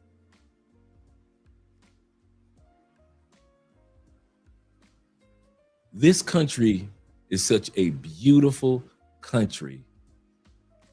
And if it's done correctly and legally, we all can enjoy it. Just like all of us enjoyed and people coming to our country, the United States, all the time to enjoy it. The same shifts are taking place in population globally. And a lot of people are just uncomfortable with the shift. And that's what it is. Let's continue on. And they are annoying me all the time. I have almost 1,000 people blocked on my WhatsApp because it's a bunch of weirdos asking me for sex, for finding women, or if I am a prostitute or something like that. And that's so annoying. I agree. I agree 100%. That in that instance, when she said that, I agree. You Pookies and Ray Rays, y'all some of the most disrespectful dudes, man. And we know nobody on this panel and in our chatter like that. But we all who travel here know some dudes that are Pookies, Ray Rays, Nook Nooks, and the old ratchet dudes, the Paw Paws, that come to these countries. They do it in Brazil. They do it in Thailand. They will see a Thai woman that's a waitress and try to pay for her. How much for you when you get off work? How many times have we seen in Colombia or in Brazil, women on social media complaining, I am a waitress. I am here to serve you a meal. Here we go. Here come Pookie. Girl, how much for you when you get off work? I know you got some friends. That right there, them sex packs, like my girl Tours by D say, those passport sexuals, I ain't gonna lie. She right about that. There are too many dudes that followed us good dudes and good women down to these other countries. Like I always say, name one country that Pookie, Ray Ray, Nook Nook and them went to first before we did. Germany? Nope. They followed us there. Poland? Nope. They followed us to Poland. Panama? Nope. Pookie followed us to Panama. They didn't discover Panama. Them Pookies waited until we got to Panama. The good brothers and sisters, the older brothers and sisters, the younger, like Austin Holloman brothers and sisters. And then here come Pookie coming to Panama. Mexico? Hell no. They followed us to Mexico. Canada. Man, Pookie waited until we got to Canada to see what Toronto was like. As soon as we start telling about the Afro Caribbean festival that happens in Toronto every year, here come all the Pookie. Dude, I've been going to the Toronto Caribbean Festival since I was a teen. In Detroit, all you got to do is drive 3 hours straight up 401, and you're in Toronto in 3 hours. Every August, they've been having the Caribbean Festival because there's so many people of Caribbean descent that lives in Toronto. They have a major celebration up there. Soon as Pookie found out that we was doing it, here come Pookie and Ray Ray ass. So I gotta agree with her. A lot of these dudes are so disrespectful to the local women, and that's why local women don't know what. My wife family had to vet me because of them. Say this again. They didn't have to vet me as Andre. My wife family vetted me as an American because Pookie and Ray Ray's from American all the way in Cali. We in the south of Colombia. All the way down here has such a bad reputation in Medellín and Cartagena all the way back in 2016 that her family all, bruh, true story, they all standing there like this. Wasn't no vetting Andre. They didn't care nothing about Andre. Andre seemed like a good dude. They want to see, is this one of them Pookies? Is he a pawpaw? Is he one of them disrespectful old dudes that come down here and use our women?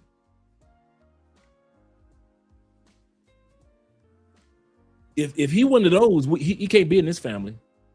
Oh, you might as well take him back to the trash can where you got him, Andrea. Don't be bringing this one here. It took me till Christmas coming down here, true story, where they realized, okay, if he here for Christmas and New Year's, that means that he don't have a wife back home. He ain't got no kids. Okay. He ain't got no girlfriend because ain't no girlfriend gonna let him come down to another country on Christmas and New Year's. Okay. That's when they were like, okay, cool. He is who he said he is. Why did I have to go through that? Because so many Pookies come down here and are so disrespectful to too many, not all, but to too many women. The word spreads across the country. So what you guys were doing in Medellín in 2016 got all the way down to the south in Cali.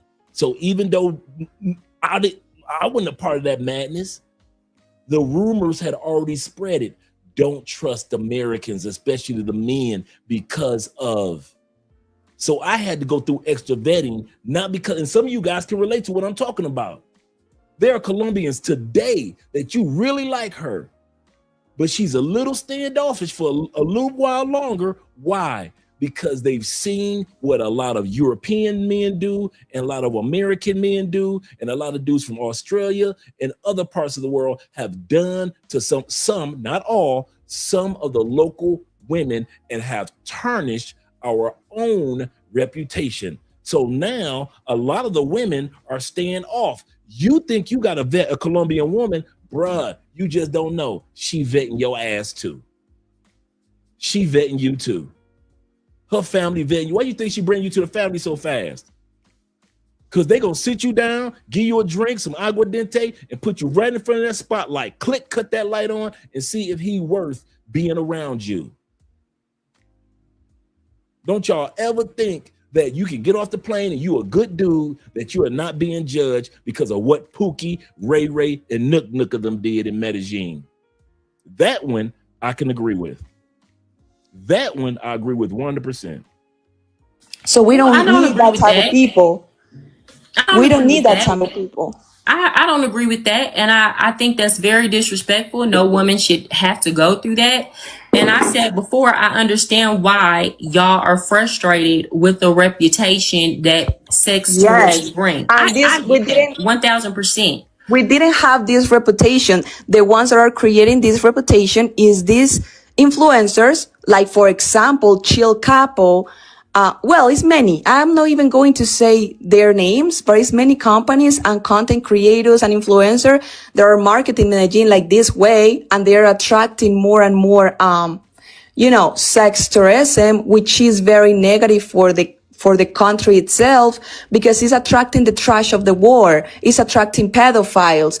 I mean, many like dark things are going on in Medellin and no one is talking about that. And all of this is because these influencers are attracting this type of clients or this type of people. And we are sick and tired of that at the point that migration is kicking them out. That's the reason. So I just went through the whole backstory. And again, I'm not defending Chill Capo, but what I will say is this. Well, maybe you weren't aware of this. Did you know that Chill Capo was actually working for Colombian clubs, and the clubs were the ones providing the girls? So the nightclub, in Jettas Park. Yes. So what do you, to those clubs and those club owners who facilitated this American man promoting the club in that way, what do you have to say? I am not even talking about that, because that's a whole mafia right there behind that. And I am not even talking about that. So Valentina, what it sounds like to me is that you're willing to criticize, you don't like the sex tourism, which I understand that's completely valid. It's completely valid. I completely 1000% understand why you're saying that. But at the same time, what it sounds like is you're only willing to criticize the lowest hanging fruit. And what that means in English, you only willing to criticize the people that it's easy to criticize. And to me, what that sounds like to me is you're not really standing on business. Because if you were really about what you said that you're about and you really don't like it, you would be willing to criticize every side of it, because it's a two-way street. I am not criticizing. I am raising my voice. Okay, well, raise your voice. How you can call it what you want to call it, whatever you need to call it. But you have to be willing to contend with every part of it, every element. And if you're only willing to raise your voice against the part that's easy and not the part that's difficult, you're not standing on business. I'm going to say this too. I don't really think you're standing on business if you say, you can speak up and say tourism is making things expensive. But at the end of the day, if you feel like it's beneficial for you to go make money on it, then you're on both sides of the fence. Because if you really cared about it and it was really bothering you, you would say, I don't even want to make money off of it, because I don't agree with it that much. And that's the problem that people have with you, Valentina. You want to criticize the same thing that you're making money off of, but then you want to say, I don't like the higher prices for the locals. So you think, if that's what's raising the prices, but yet you're doing tours, you're promoting them, it's attracting people to your city to spend more money on it. So it's like you have to pick a side. What side do you want to be on? Do you want to be anti-tourist and not benefit from it? Or do you want to be pro-tourism and benefit from it? I understand the whole sex tourism thing is something completely different. I don't agree with it. It shouldn't be happening. I completely 100% so why you agree support with you on that. But to criticize tourism in general while still profiting from it, because here's my thing, that if are you going to these restaurants that are expensive, are you only going to the restaurants in the barrio that have menu del dia? Are you going to nice places? What that has to do with anything? It has everything to do with it, because if you don't like the gentrification, but you're spending money in the gentrified places and on the gentrification, you don't really stand on business. You're just talking to be talking, but you don't believe in what you say. Before she goes, you just want to complain, but when it benefits you to make the money and then go spend the money, you don't care. And that's what people are saying. You got to stand on business about it if you're going to be about it. She made an excellent point, and that brings us to, real quick, to the 5 benefits of gentrification. 5 benefits that I found out about when it came to gentrification. Number 1, it can lead to improved infrastructure, better roads, because of tax dollars that are coming in by way of sales of for example, Medellín making $4 billion over the last few years. That brings in a lot of tax money. That helps improve roads and the public space, the infrastructure in general. Number 2, it attracts, just like the sister said, new types and new businesses, new types of businesses. In other words, instead of just having businesses that are for the locals, now you have new cuisines, for example, different cuisines of restaurants that are coming to Colombia. Restaurants now, You've got African-American soul food restaurants now. You've got more Mexican restaurants now. You got Peruvian restaurants. Why? Because of diversity and the gentrification that came. Number 3, property values can increase. I don't think a lot of Colombians realize that when somebody buys a property and it's of a higher price, it impacts the whole neighborhood, especially if there was an abandoned house on the corner and someone fixed it up and made it real nice. Now, as we know, as Americans, that helps to impact the improvement of the prices of the whole neighborhood's house. I mean, the whole neighborhood's a housing market. That allows homeowners that decide to stay in the area after gentrification cause price increase. I'll give you a perfect example of price increase. You should ask some of the people that still live in El Poblado how much their property is worth over the last 7 years. The property increase of an apartment that you may have owned. For example, you got our brother Kings and Dreams and my brother Will and all you guys that own property in Medellín. Some of you guys that have been here for a while, you know that the value of your property has increased due to the fact of you bought it as gentrification was taking place. I know one old lady, man, in Parque Aires, El Poblado area, they've been trying to buy her property for the longest. And the price is gone up. And she's like, no, I'm happy where I am. I'm cool. I don't want to sell it. But the value of her home, because that area around her has been gentrified, the price of her property has increased. Like I said, usually when people complain, it's the people that ain't got nothing to benefit from when it comes to gentrification. Number 4, increase in safety and security in neighborhoods that are invested in. You notice they are cleaning up El Poblado. Why? Gentrification. Big businesses coming into that area now, not just Colombian businesses. Foreign investors are coming over there. And so now they're cleaning it up. They've got the military out there as well as the local police officers. Have you noticed that there have been more arrests now over the last 3 years when somebody gets scoped? Have you noticed? You guys remember, prior to 3 years ago, them women were getting away with murder, weren't they? Was it this many arrests? No. Every blue moon you would see, hey, they caught this one girl who drugged this one guy. Now they locking them up. 5 years, 15 years, 20 years. If the person dies, 25 years.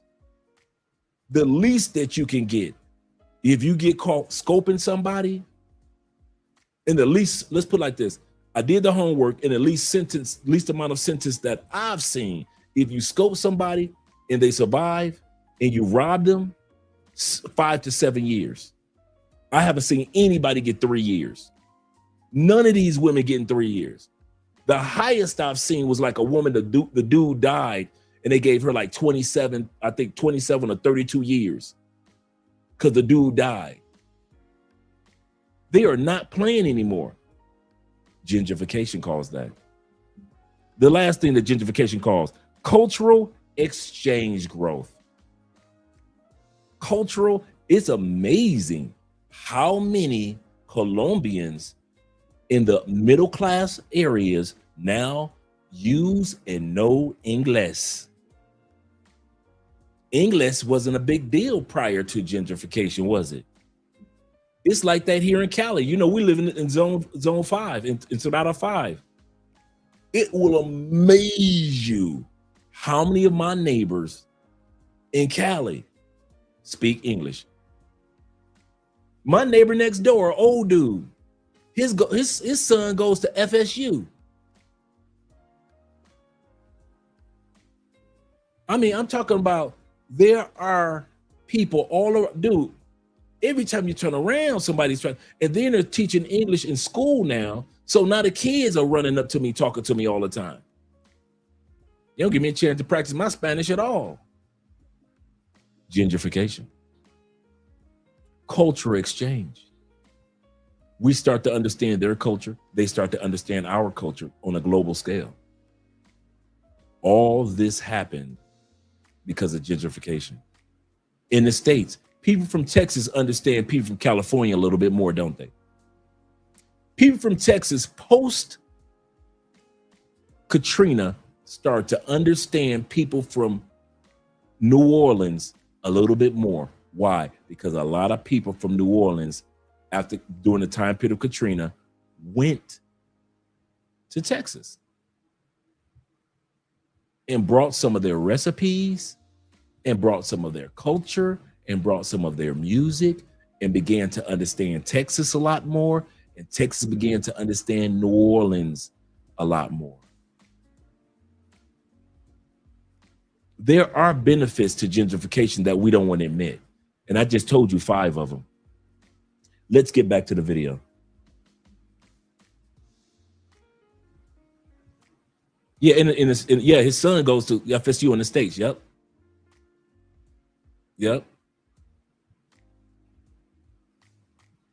Let's continue on, gentlemen and ladies. So I work as a tour guide and I work with tourists, and yeah, I clearly benefiting from the tourism, but at the same time, I am paisa, I am local, and I see how my friends and family are struggling, and that's not fair. So I can't just agree with one or the other. Okay. I mean, it's something that you don't understand because you don't see or you don't understand because we went through it in Texas. See, here's the problem. Valentina. A lot of y'all don't see. A lot of y'all don't understand that in USA it's a lot more opportunities than here in Colombia. That's not everywhere in the United States, Valentina, and everything is relative. In the United States, everything costs way more. Everything, and in some parts of the United States, there are a lot of jobs and opportunities, and then other places they're not. How is that different? If an American person lived in an area where there's not that many job opportunities and they were paying a low amount of rent, $400 in rent, and somebody that came with a remote job from New York can afford to pay triple the price, how is that different? The problem is a lot of y'all don't see Americans as humans and people because boom. Y'all idolize our country and y'all don't see us as humans who are capable of experiencing the same things that y'all experience. I just explained to you the exact same economic situation that people in the American South had to deal with, and you're making it seem like I don't understand solely because I'm American. When you've never been to America and experienced the economy and the situation in America, and I've been to both and I understand what's going on. It's the exact same situation, and for that, I empathize with you, and I understand it's a financial strain on a lot of the local Colombians. What I am telling you is you can't both sit up and say you don't like it and you're against it and benefit from it. Be about what you say that you're about. If you say that you don't like tourism, then don't try to sell I am not saying I don't like tourism. If you feel like you said several times that you feel like tourism.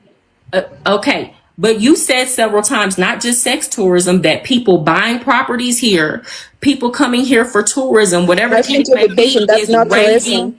So listen, the way I see it is that the tourists just come, they spend the money, and they benefit actually a lot of locals because they go to Community 13, they buy ice cream there, they buy shirts, they buy many things. So actually the locals benefit, the locals are actually benefiting a lot from the tourism. Like normal travelers truly interested in getting to know the culture, and then they leave.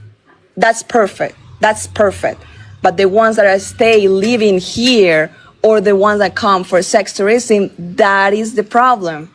You see how I said that earlier? She dislikes the sex pats, and she dislikes us that stay. She just wants our money, and that's all she wants. And then she also mentioned earlier, she sees the struggle of her family members. Her family members not being able to get a job, that has nothing to do with foreigners. That has nothing to do with gentrification. That has nothing to do with tourism. Dude, everybody's family globally is struggling. The job markets are horrible globally. Shout out to our Canadian brother, Black Nubian, in the building. I told this guy where I was from. He said, "Oh, Canada." Yeah, I'm going to email me that link, and I'm going to drop that link in a second, T-Mac. Nobody. Let me just. So what? Okay, there we go. That's what it is with her. She has two groups that she doesn't like. She doesn't like the sexpats, which is understandable. If you come here and you do your thing, and you don't act like a pookie about it. Okay, let's be real. Statistically, out of the 3.5 million visitors that Medellín got last year, and the small percentage of guys that came down here and enjoyed some of the ladies. I truly believe, and I'm not even in that world, but I truly believe most guys came down here and were respectful. Stayed in their lane, went to brothels or had fun at a strip club or whatever it was, and were not problematic and went back home. I truly believe that. Now, what we do know, that there is a huge pool of dudes that are down here or come down here disrespectfully and don't care about the people here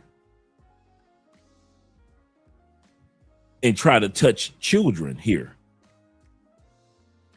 We talked about this the other day.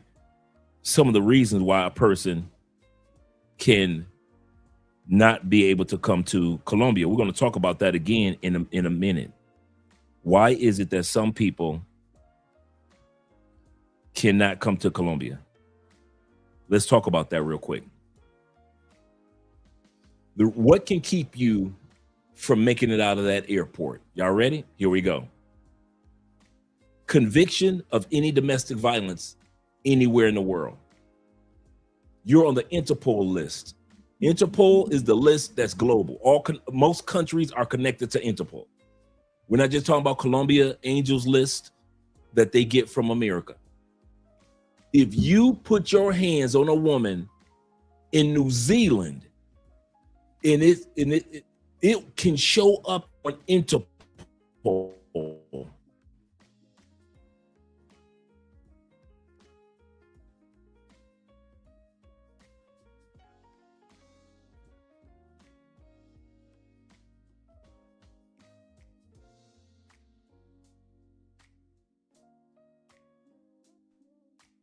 You ain't walking in Colombia.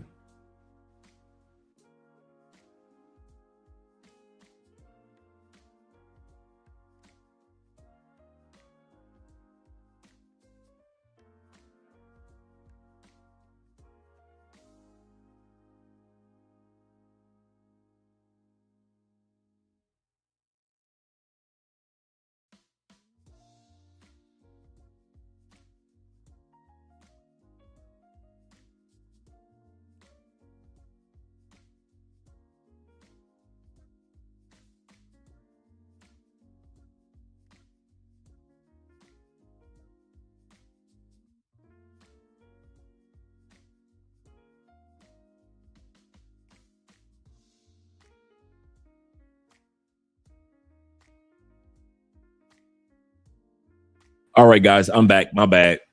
You know how, hey, struggle streams do happen. Okay. So number one reason why you will be turned around in Colombia. Here's the kicker, guys. You can be turned around in Colombia, fly to Thailand, and they will turn your ass around in Thailand too. I think a lot of you guys are starting to, a lot of guys, not us, are discovering that this list is international. So if you're convicted of domestic violence in the States, bruh, don't get on the plane coming to Colombia. they know. Number 2, repeat incidents of stalking or harassment. If there's any point in time that you have been known to be a stalker and the police has had to stop you and charges have been filed against you, you will not be able to come into Colombia. Tell your boys this, share the word. Number 3, convicted of any child exploitation or abuse. That's why all the creepy dudes are being turned around away from Colombia now. If you've been convicted or you're on that list, I'm telling you now, you know what list I'm talking about, the P list. If you're on that list for messing with kids, don't think you're walking into most countries. Number 4, use a weapon or excessive force during a domestic incident. In other words, you got in a fight with another dude and weapons were drawn. Whether you was throwing hot balls at him or whether you was trying to put that thing in him, you ain't coming to Colombia. If you get convicted, you got into a fight with a dude and you got convicted, Colombia, Europe, all throughout Europe, they know. All 54 countries of Africa know through Interpol. Number 5, violation of a restriction, violated a protective order or restraining order. If you violated a restraining order, your ass ain't walking into Colombia. You better tell your boys this one. You ain't walking into Colombia. If you violated any restraining order, you went to that woman's house where you ain't had no business going. I don't care if it was your mama that put the restraining order on you. If your mama told you, you ain't coming back to this house, boy, you crazy. You violate and you got convicted by that violation, don't think you coming to Colombia. Don't think you coming to Ecuador, Peru, Brazil. Soon as they run your name through Interpol, that's going to pull up. Number 6, active or current warrants. Did they not send the crazy white dude, the MAGA dude with the red hat, back to the States? Did they not call the States and say, hey, I see New York, y'all got some warrants out for this dude's arrest. He's going to be on plane number so-and-so and so-and-so. When he land on that plane, go ahead, America, lock him up. Did not Colombia call the United States and tell them, we got one of your boys over here, he got a warrant? Come to find out he was crazy. If you got warrants and you just so happen to make it past the planes and get on a plane in the States and you think you home free, I'm telling you, South America will put you right back on the next plane and send you on back to the States. Number 7, human trafficking or smuggling anything. Anything. Some of them dudes got sent back for having 300 condoms, didn't they? Sent them dudes right on back for having 300-400 condoms, didn't they? Yeah. What about all them butt plugs and all those other toys, those adult toys they had? Did they not send them back? Yeah, they sent them back. You can't smuggle nothing into another country. What are you doing? See, when y'all think about smuggling, we as Americans, we think something that's illegal. Colombians say it ain't got to be illegal. It got to be something that we consider that it looks like you smuggling something in. So if it looks like you trying to smuggle a mass of something in, you ain't coming into this country. Number 8 reason why they turning you around at the airport: fake identification. If your story doesn't line up with why you're coming to Colombia or how long you're going to be in Colombia, when they question you, or your identification doesn't line up, yeah, you ain't coming to Colombia, bro. You can turn around, bro. You ain't coming up in here. They ain't playing that no more. That's why they stopping dudes randomly and questioning you. Why? Because they want to make sure that your story makes sense. And a lot of guys got turned back because their story or identification didn't make sense. And last one, number 9, immigration violation in other countries.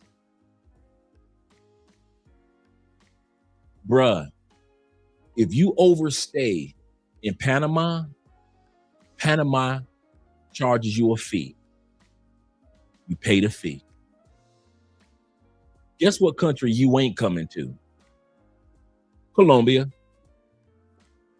If you overstayed in any country, Colombia say, your ass ain't coming into this country.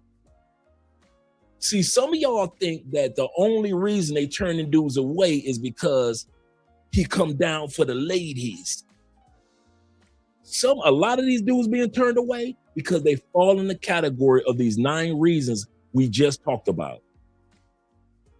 They got turned away in another country because they overstayed in another country. And then they tried to come to Colombia maybe a year later. And Colombia said, oh, nah, bro, you overstayed in Panama about 13 months ago. You can't come here. So any of you dudes that got that bad habit of overstaying your passport time in another country and not filing for an extension, don't worry about it. You're going to go right on that Interpol list and your ass ain't going to walk up in Colombia no time too soon. They're not playing anymore, fellas. Number 10, you on a watch list. That's the number 1 reason why a lot of guys getting turned around, because you are on that angels list or that Interpol list. You on that list of people that should not be traveling nowhere, no time too soon for nothing. You on that list because you messed around with some kids or you did something in the past that you ain't had no business doing. And you on the angels list. Or you on the Interpol list. And they turning your ass right, and you get your ass right back on that plane. So just in case you guys are wondering, why are most of these men that are coming towards Colombia being turned around? A lot of us think that it's only the sex part. A lot of guys are being turned around because of these 10 reasons that I just mentioned.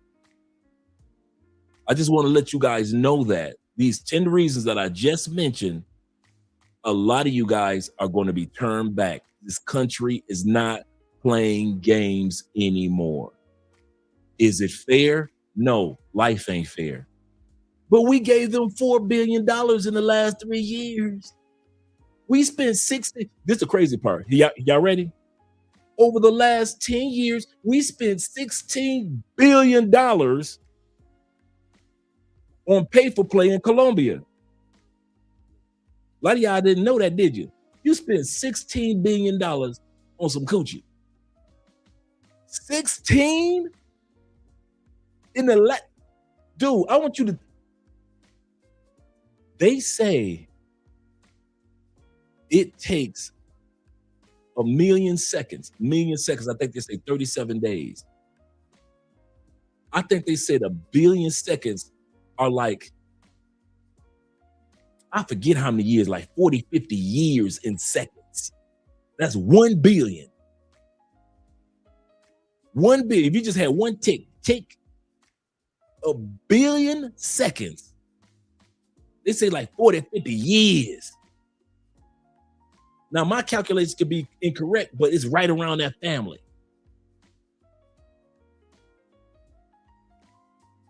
You dudes spent $16 billion on coochie? You know what y'all could have came here and built as a unit with $16 billion in the last 10 years. Not 16 million on coochie. We ain't talking about all of South America. We're talking about just in Colombia alone. You thirsty mother came down here and spent 16 billion? Man, listen, my respect level for the sex pats, it ain't even there. I ain't got no respect for it. I ain't got nothing against it. Do your thing. But I'm telling you something now, ain't none of my money went towards the $16 billion. $16 billion. Remember I told you about the one dude in the two dudes a couple years ago in Medellín spent $100,000 in paper play in 6 months. Two dudes did that. Was paying chicks $4,000 a lick.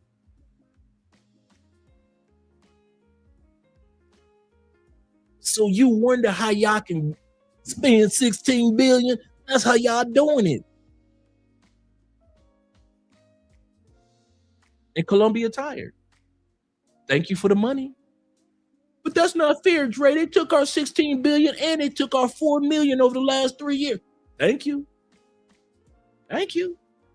It's some paper play chicks living good. They own property. They own Airbnbs now. Thank you. It's some paper play chicks that have made it through college now. Thank you. It's some paper play chicks that went from a motorcycle to a car now. Thank you. Life ain't fair. Life is not fair. I don't know why y'all keep. If anybody know life ain't fair, men know it. Life is gonna halfway be fair to old people, women, kids, and pets. We try to at least have life be halfway fair to women, old people, kids, and pets. Don't nobody try to make life fair for men. So if y'all want to sit back and cry about that $16 billion that they made off you and now they kicking y'all out the countries, well, you go ahead and cry, bro. But you got to get on that plane and cry. You got to get on that plane and cry. This country is not playing. I've been saying this for the last 7 years. This is not nothing that I'm saying new. They're tired. They're tired of dragging your body outside of an Airbnb, and you've been laying there deceased for the last 5 days, and the only reason they knew your body was there because they could smell it. They're tired of it. They're tired of foreigners just smoking whatever and just jumping out of windows in Medellín all the dang time. They're tired of it. They're tired of you touching on kids. Well, they touch kids. This is their country. How you gonna sit up there and compare you touching kids to them touching kids? Should nobody be doing it, but at the end of the day, this is their country. We don't want nobody to criticize what we do in our country. It ain't our job to criticize and compare ourselves to what they do in their country. And we definitely ain't got no business messing with nobody else's kids. And we don't want nobody to be messing with ours. What's my point? It ain't fair. You spent your $16 billion. Thank you very much. Now get the hell out. That's what Colombia is saying. You spent your $16 billion. You spent another $4 million over the last 3 years in Medellín alone. Thank you very much. Now get the stepping, skedaddle, scram, run amok. And they're serious. So if you on this list for whooping some woman's tail in the States, all that domestic violence that you never thought was gonna catch up with you, yeah, according to Colombia, yeah, your ass can't come to this country. Whooping on women's asses in the States and think you could just come to Colombia as if your domestic violence spree can continue on in another country. Colombia ain't playing that. Put your hands on a woman in the United States you want to. Put your hands on a woman in Canada you want to. Put your hands on a woman in South Africa you want to. And come on, skipping over here to Colombia you want to. And they will put your domestic violence ass right back on that. Get your ass out. You ain't gonna be whooping up on our women.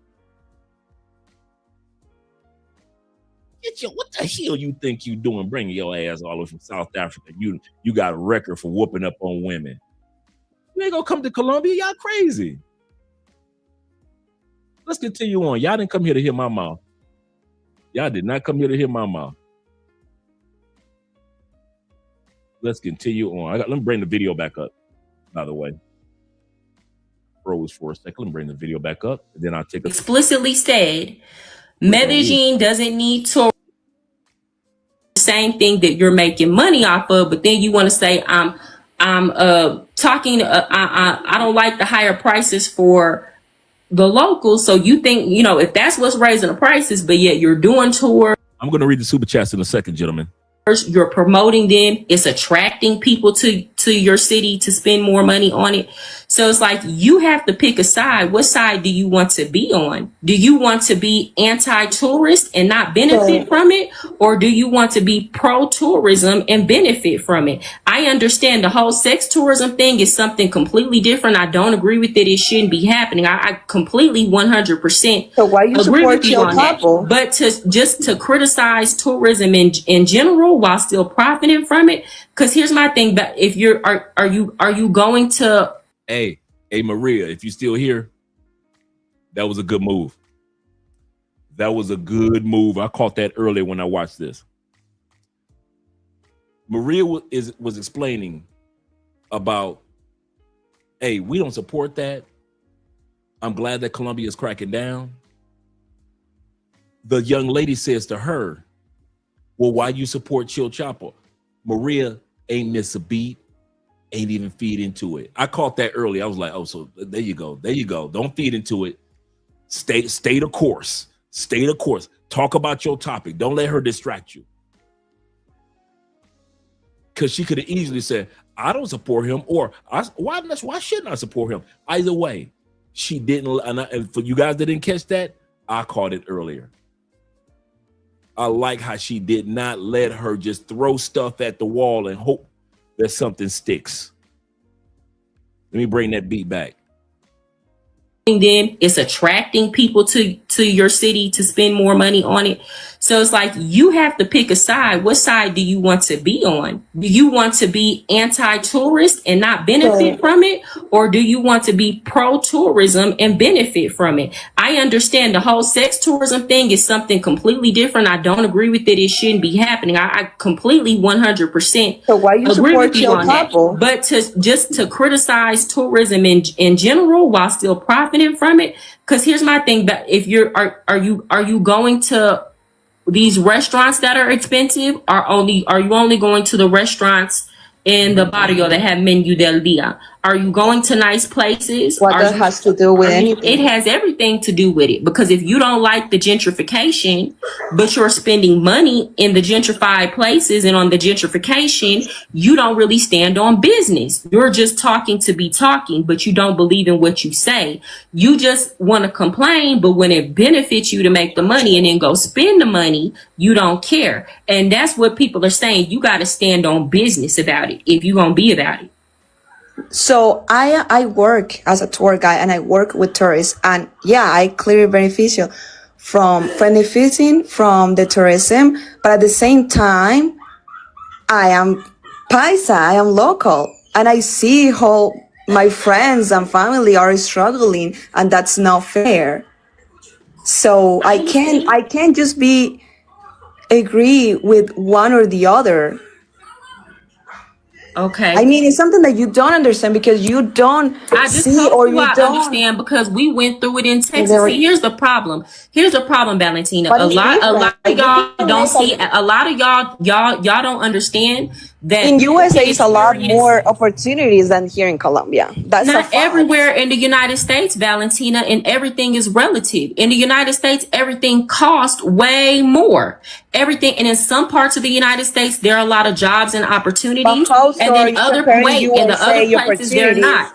How is that different? If an American person lived in an area where there's not that many job opportunities and they were paying a low amount of rent, $400 in rent, and somebody that came with a remote job from New York can afford to pay triple the price, how is that different? The problem is a lot of y'all don't see Americans as humans and people because y'all idolize our country, and y'all don't see us as humans who are capable of experiencing the same things that y'all experience. I just explained to you the exact same economic situation that people in the American South had to deal with, and you're making it seem like I don't understand solely because I'm American, when you've never been to America and experienced the economy and the situation in America, and I've been to both, and I understand what's going on. It's the exact same situation, and for that, I empathize with you, and I understand it's a financial strain on a lot of the local Colombians. What I am telling you is you can't both sit up and say you don't like it and you're against it and benefit from it. Be about what you say that you're about. If you say that you don't like tourism, then don't try to sell to I am not saying I don't like tourism. If you feel like you've said several times that you feel sex like tourism. Okay. But you said several times, not just sex tourism, that people buying properties here, people coming here for tourism, whatever the case may be, is raising prices. So listen, the way I see it is that the tourists just come, they spend the money, and they benefit actually a lot of locals because they go to Comuna 13, they buy ice cream there, they buy shirts, they buy many things. So actually the locals benefit, the locals are actually benefiting a lot from the tourism. Like normal travelers truly interested in getting to know the culture, and then they leave. That's perfect. But the ones that are living here, or the ones that come for sex tourism, that is the problem. So what do you think? The problem is. I have a question. Going back to even just Americans coming and living here, Valentina, because the United States accepts more legal immigration than any country in the world. If you compare United States immigrant, but it's different. It's not different. It is different. Let me explain to you, because you want to say that it's different, but you're not from my country and you don't understand. People come to the United States, there's a limited job supply in the United States, just like there's a limited supply here. If an American is working in tech and the business says, we want to go ahead and lay off all the American workers here, and we're going to hire new workers on H-1B visas from India because we can pay them less, that affects American people. That's American people that no longer have a job and income, and those are jobs taken off the market. There are foreigners that come to the United States every day, both legally and illegally. Now, it's illegally different because USA was made by immigrants. USA don't even have a language, don't even have an official language. USA is a mix of many cultures. But the majority of us speak English. And here's the thing: the majority in Miami, most of them speak Spanish. Y'all's countries were made off of immigrants as well. It's so interesting to me, like y'all try to act like same thing that happened in the United States happened in Latin America. In the United States, there was native peoples, and then European came and they brought their slaves. Later on, during the Industrial Revolution, after many things were already built, then we invited more immigrants into our country. The country was already made, though. You can't compare USA to Colombia. Here in Latin America, y'all had the indigenous people, then Spaniards came and they brought African slaves, right? And then y'all built y'all country. It's the exact same history. The only it's not the same, please. The only difference between Are you serious? It is, y'all, what is the difference, y'all? Now, y'all tell me the difference. In the United States, there were indigenous people here. Then Europeans came and colonized way after the Spanish. Do you see as many immigrants here as in the US? The history of Colombia is there were indigenous people here. Then the Spaniards came and colonized, and then they brought African slaves, and then they fought for independence just like we fought for independence. What is the difference is the history, y'all. What is the difference in the history? Can y'all explain to me the difference in the history? It's the exact same thing. Matter of fact, it happened here before it happened in the United States. It happened here before it happened in the United States. True. So later on, during our Industrial Revolution, we had 2 industrial revolutions. After the country was already like 100 years old, we invited mass migration into our country. and then we did it again in a second way, right? So the only difference between the United States and Colombia is that we have had mass immigration before y'all, but the country didn't start off like that. So why are we it talking started about out the exact way Colombia did, and as a matter of fact, we started later than y'all did. It's the exact same history, and I hate when y'all try to make it seem like it's not. The only difference is we decided to industrialize and innovate faster. So y'all trying to make it seem like it's a difference that there's no difference. So we are undeveloped because of choice, basically. That's what you're saying. We chose to be undeveloped. I didn't say that. Latin America chose to be undeveloped, and USA chose to be more developed and industrialized. That's first, not what and I do the said. things more You're organized. hearing what you want to hear. The United States chose to industrialize. This is the choices we made. Now you can take it how you want to. You can take it how you want to take it. These are the choices that our leaders and our business of industry made. Latin America had a head start on the United States. Why? Because Latin America was colonized. A lot of these cities in Latin America, before there was even an American settler that stepped foot in Jamestown, had already been 100 to 150 years old. Right. Latin America had slavery before the United States had. Before we go any further in regards to that, let's give some dates to it. Let's give some dates to it. Shout out to the sister for the history lesson. And y'all know me. I got to come with the receipts. Slavery began in Colombia, 1530s. 1530s, after the Spaniards arrived. Absolutely correct. Slavery began in the United States, 1619, almost 90 years later, even more. So after slavery began in Virginia. So immediately after Spaniards got here, they just started enslaving everybody they could find. And right around that time period was 1530s. Slavery ended in Colombia with a formal abolition, 1851. 1851. So they started way before we did, and they ended before we did. But let's see how far ahead of us were they. Our slavery ended 1865. Just a few years, almost like 7 years ahead of us. So that's how long ahead of us they had slavery. But in a shorter window, they ended slavery. That means that they had slavery around a lot longer than we did. If you just put it by way of the amount of time slavery existed.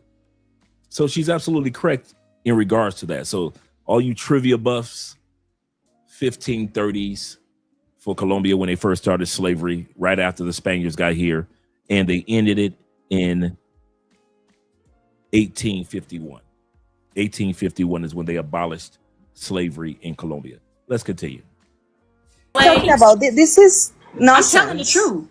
It's not nonsense. It's the truth. Latin America had cities here before the United States was even a country. The United States, hold on, Latin America in general, not just Colombia, had African slavery here before America had slavery. So Latin America did a lot of the things that the United States did before the United States did it. And if you would like me to pull it up, I can pull it up and I can show y'all the years that all this happened. I'm going to tell the truth. You can't argue with facts. Latin America started developing. I am also saying facts. The United States. What is happening in Medellin is gentrification. Okay, now the tourists coming living here are raising the prices for us. That's all what I have been saying, and it's also fact. The sex tourists are ruining Medellin. Fact. Tell me something that I have said that is not a fact. I am also saying fact. Valentina, you what I'm trying to tell you is you're just trying to justify everything. No, I didn't justify anything. I didn't justify anything. I said, y'all, how many times have I said in this live that sex tourism is wrong, and I understand why Colombian people are upset about that. What I'm responding to you, Valentina, is that You're trying to make it seem like I don't understand what you're talking about. When I tried to draw a parallel and tell you, yes, I do, because we experienced that in the United States and Texas. You tried to make it seem like we couldn't possibly understand because I'm in America. Not the same level, 100%. What?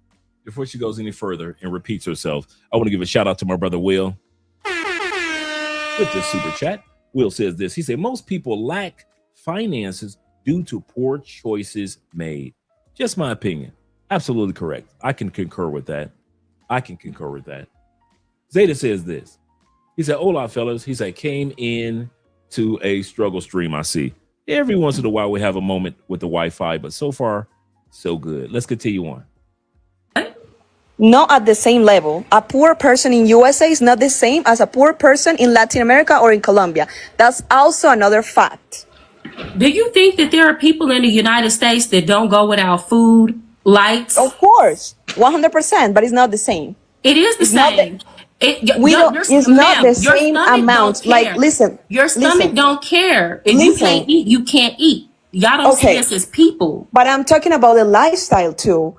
Or all the things that the people have to go through. It's not only like that they don't have food. It's many things. Like the poverty is many things that only not having food or a roof.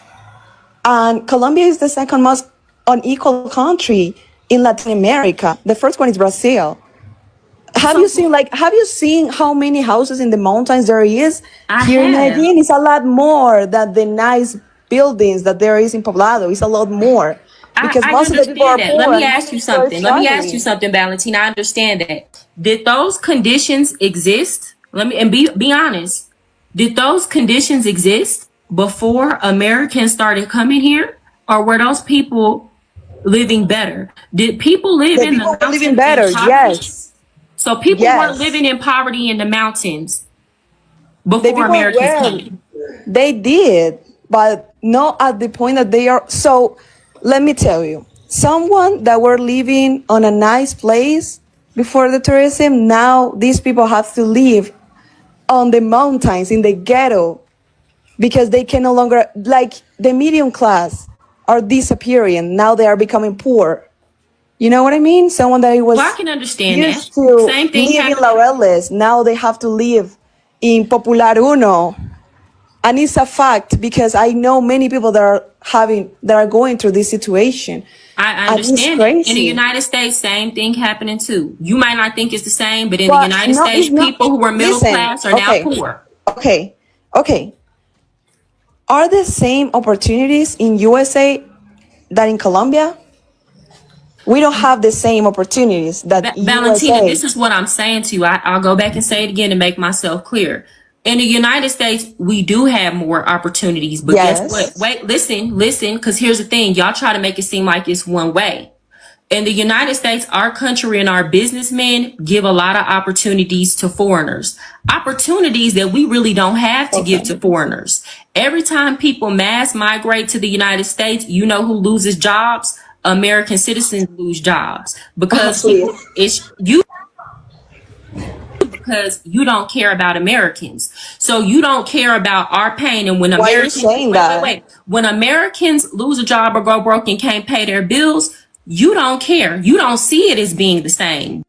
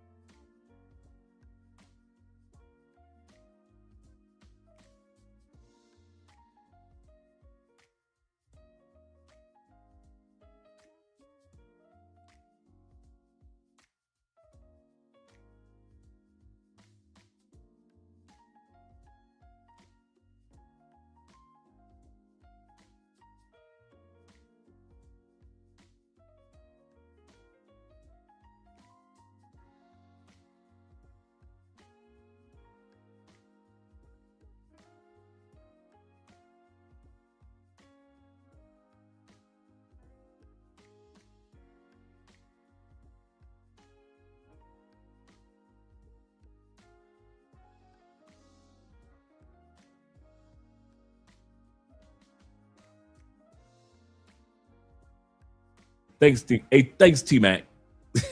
thanks, guys. Okay, as I was saying, I knew T-Mac was calling me for a reason. Okay, we're back. Okay, what I was saying is this.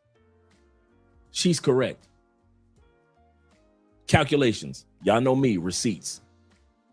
In Colombia, with a 3% increase of homelessness reported in this country every year since 2021, Colombia has 34,000 reported homeless people in this country. 34,000. Texas alone, from 2021, with a 3% increase, has 30,000 homeless people. If don't nobody know or understand what it's like to be broke, Americans do. We have whole state worth of community, the size of a state in population, that live in cars in our country. This woman talking about living up in the hills, got you. She don't know nothing about no projects. She don't know nothing about no public housing. That's our version of living up in the hills. Just looking out of the window, watching the asphalt grow. She don't know nothing about good times being broke. She don't know nothing about us going through back alleys, having to collect bottles and cans to take them to the store for a refund, to buy a little something. She don't know nothing about no food stamps, no EBT cards. She don't know nothing about when we got to file for unemployment. She don't know nothing about that. She don't know nothing about that. She don't know nothing about that. She doesn't know how many homeless shelters are in the United States for women with children. She don't know nothing about that. How many ex-military veterans are walking the streets of the United States? She don't know nothing about that. All they know is what they show them on television and in the movies. Florida, New York, California. Whatever they saw in the movies about California, they think that's the whole country. Whatever they heard about Mookie in New York, they think that's the whole country. Whatever palm trees they saw in Florida, they really think that's our whole country.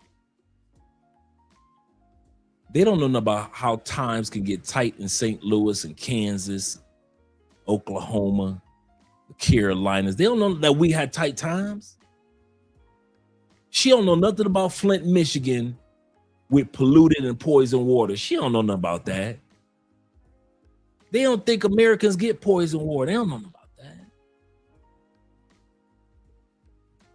that. They don't think about the fact that our country ranks number 6 in the world for malpractice in surgeries, meaning that in our country, we're one of the highest countries in the world that they did a surgery and they left something in your body that they shouldn't have left, whether it was some cotton, a utensil, or a body part that they were supposed to take out, but they took out another one. She don't know nothing about that. She don't know nothing about half of our foods are made out of plastic now. And you can bend and fold a watermelon in the United States and it ain't gone. She don't know about that. I think one of the most profound things that Maria said this whole conversation that she was having, they don't see us as humans. We've sold through propaganda, and it's our fault to a certain extent, to other countries that America is the lap of luxury and the streets are made with gold, right? Paved with gold. We've sold that since the industrial age, right? Come on in, immigrants. The streets are paved with gold.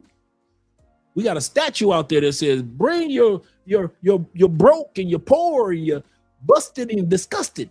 You come to America, make a life for yourself. We've sold that. They got family members that are in the United States living decent lives that it's been sold. So when we have dialect with them, all they know is California, New York, and Florida flowing through their minds. And me and Andrea talk about this all the time. We talk about this all the time. They don't see us as people that go through struggles, that stand in line praying to get this particular job. First time a Colombiana ever snapped on me. I was dating this chick that had a really nice job in Medellín. I said, what you doing this weekend? And she snapped. I mean, from out of nowhere. Everybody's not like you Americans. I have a job to do other than my other job. Oh, okay. She said that as if they invented, you got your regular job and you got a part-time job on the side. That's the American way. As if I was supposed to be in. They don't think that we have full-time and part-time jobs. They don't know that we got full-time and full-time jobs. All they know is when we come to their country, we got money to spend. And so they assume that everybody's a doctor, a lawyer, or Indian chief in the United States. So Maria's right. Based off the propaganda that we've put out there in our mainstream media and social media, and based off of when they call their family members back in the States and how much money they've got and how much they make, they really believe everybody is living the lap of luxury, the life of Riley, if you will, in the United States. And that is far, far from the truth. Far from the truth. Thank you guys for letting me know earlier my mic was muted. I was talking to Andrea for a split second. That's why I muted it. Let's go back to the video. When their kids have to go hungry, you don't see it as being the same. Now, I'm pro-immigration in the United States, and I don't blame immigrants for coming and trying to make a better life. I don't blame Venezuelans coming here either. Because at the end of the day, those men are making a choice. Okay, do you finish? The thing, y'all, people like you, Valentina, feel like the United States has infinite resources, which we don't. And that people should be able to come to our country, and the American citizens should have to deal with the consequences of that. But then y'all see it as so wrong when American people come to y'all country and buy properties and whatnot. I understand all too well the hardships that come with gentrification. I'm not saying that I don't, but what I'm telling you is it happens every single where, and the better solution would be to figure out. But it's not the same when that happens. Listen to me. It's not. So you're talking about the immigrants. So it's not the same. Listen, immigrants for, let's say here in Colombia, will be the Venezuelans. They are the ones who don't have a powerful income like the Americans, and that they're kind of taking the people's jobs. But I have never been talking about them, and I am not against the immigrants. Another thing is the Americans coming here gentrifying our place. is two different things. So you're talking about the immigrants in USA, like if it's the same, the Americans coming here is not the same. So you don't think people coming to the United States and Americans not being able to have those jobs is the exact Listen, if someone, please, in USA there is more opportunities than in Colombia. So if someone without papers, there are more without the language, is taking your jobs, then it's your problem. Valentina, do you know how many people in the United States don't have a job right now that are getting laid off? We're going through a recession too.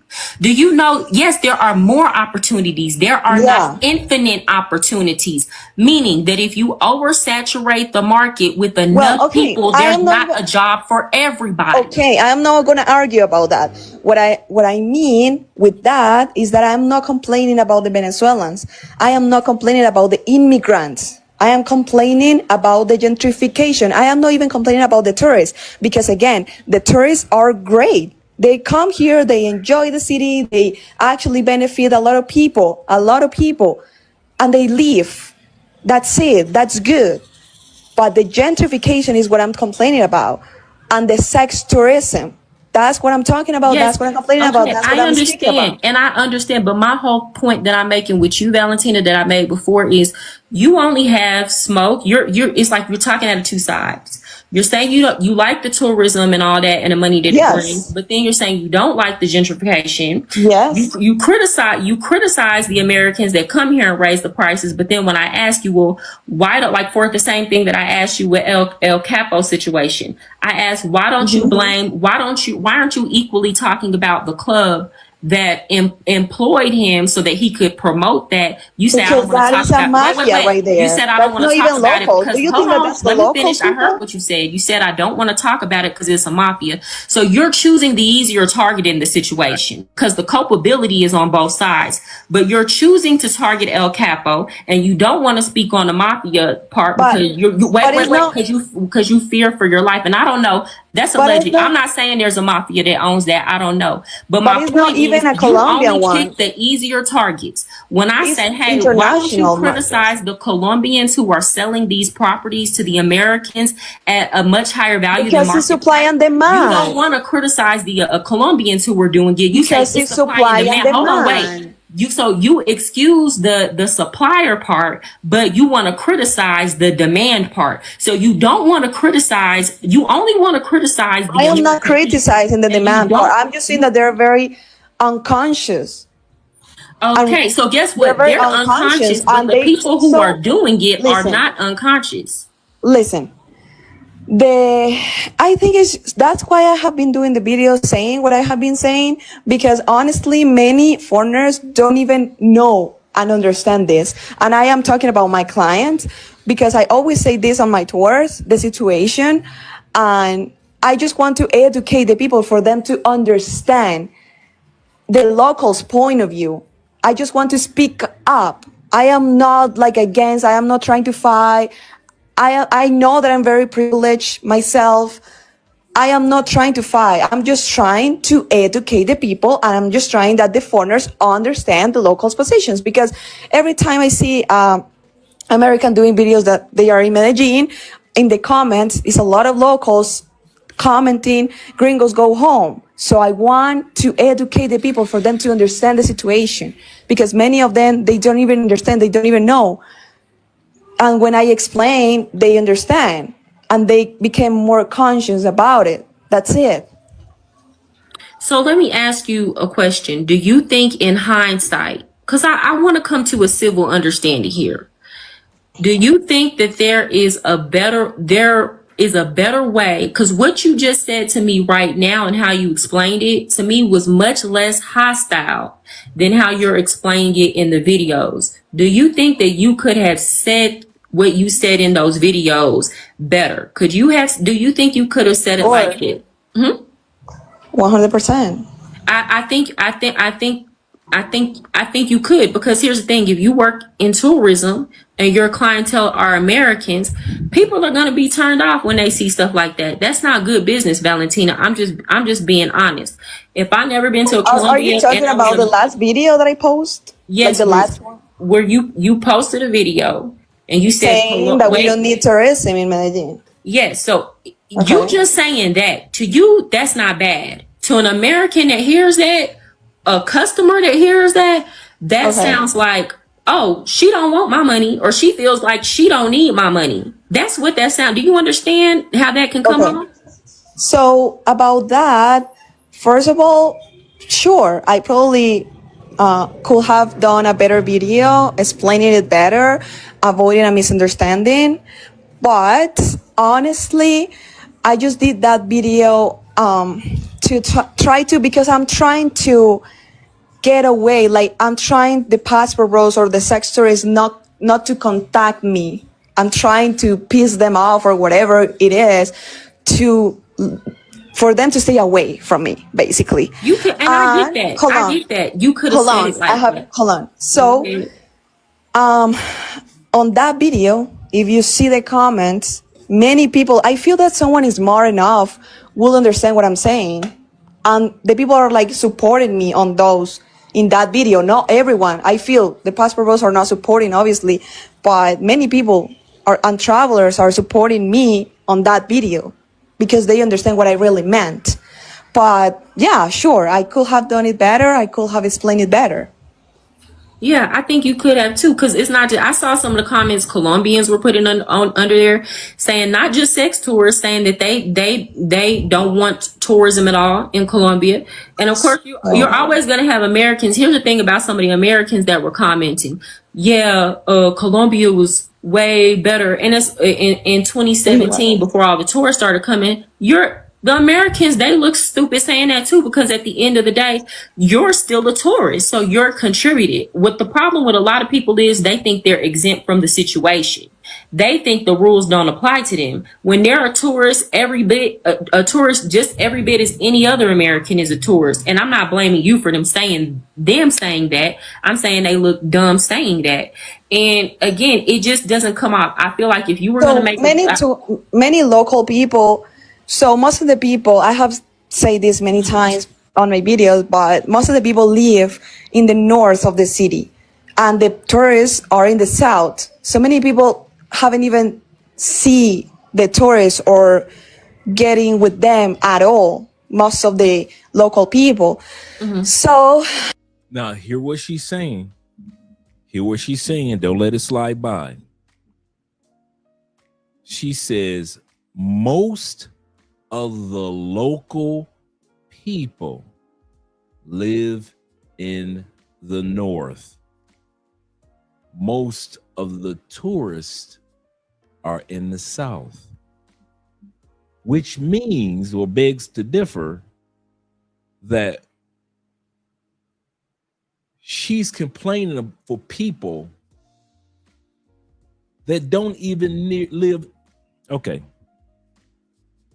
That would be like me complaining about Disney. You know, I lived in Orlando, the Disney World area, Kissimmee. But Kissimmee is a small portion of Orlando, the city. So for me to complain about gentrification going on, and actually it is gentrification going on over there. It's kind of funny, but gentrification going over there in Kissimmee.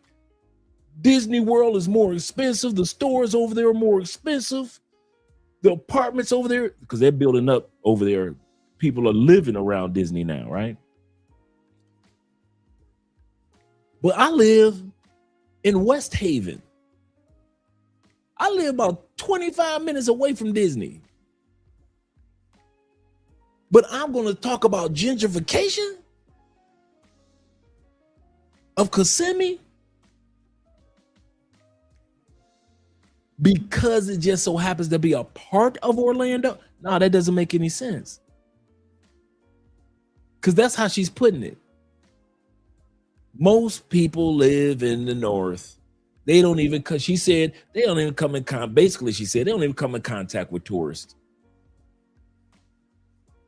So why are you crying about it as if they do?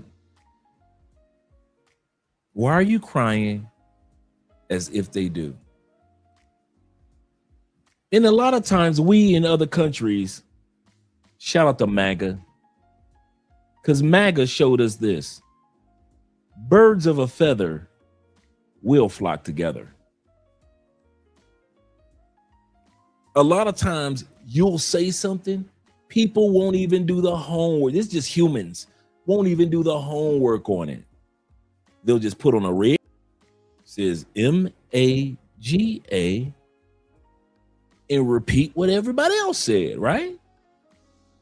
No homework, no studying. We see it in our own country.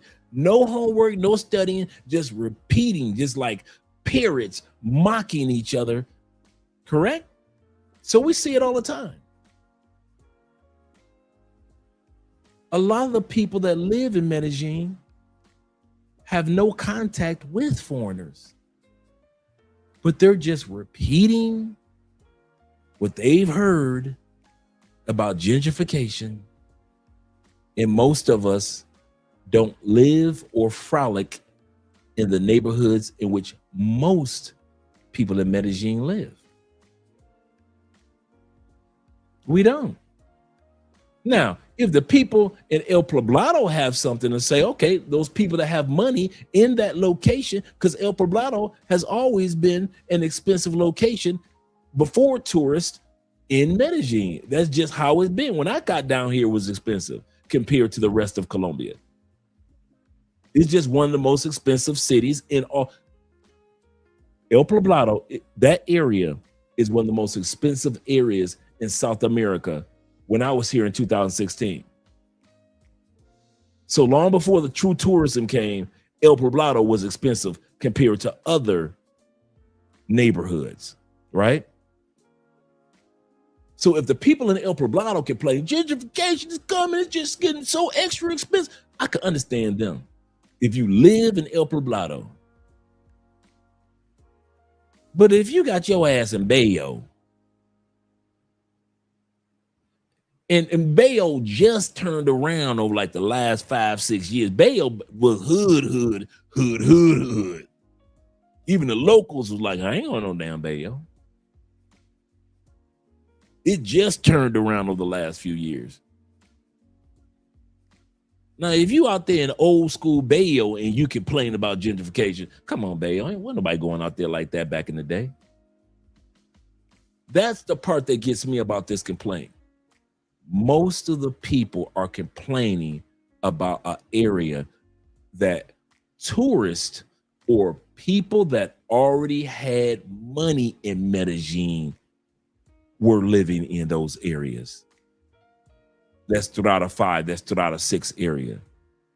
It's not people like her that was in El Poblado and then she got ran out because the prices got so expensive. No, the people that could afford El Poblado in 2016, guess what? They still can afford El Poblado in 2026. Ain't no broke people over there. Wasn't no broke people when I was over there. Wasn't no broke people living. I'm not talking about Parque Aries and y'all partying. I'm talking about regular, everyday Colombianas that live in Zone 5 or Strata 6, in other words, had money to live in that area, because even before the tourists came, it was expensive to live in El Poblado compared to many locations or neighborhoods on the continent. That's how expensive El Poblado was compared to other, not in Rio, not in Argentina, not in Ecuador, not in Venezuela. No, El Poblado was in the top 3 most expensive neighborhoods in all of South America when I was here. When I just put my foot down, and a lot of you guys that came in 2011, 2010, I did my homework. It was expensive then. So it wasn't no broke people in El Poblado. So even if tourists hadn't came, inflation would have still come to El Poblado. And guess what? Those who could afford to buy property and buy food in El Poblado before, in 2011, 2010, before the tourists came, still got money in 2026. Them people didn't go broke.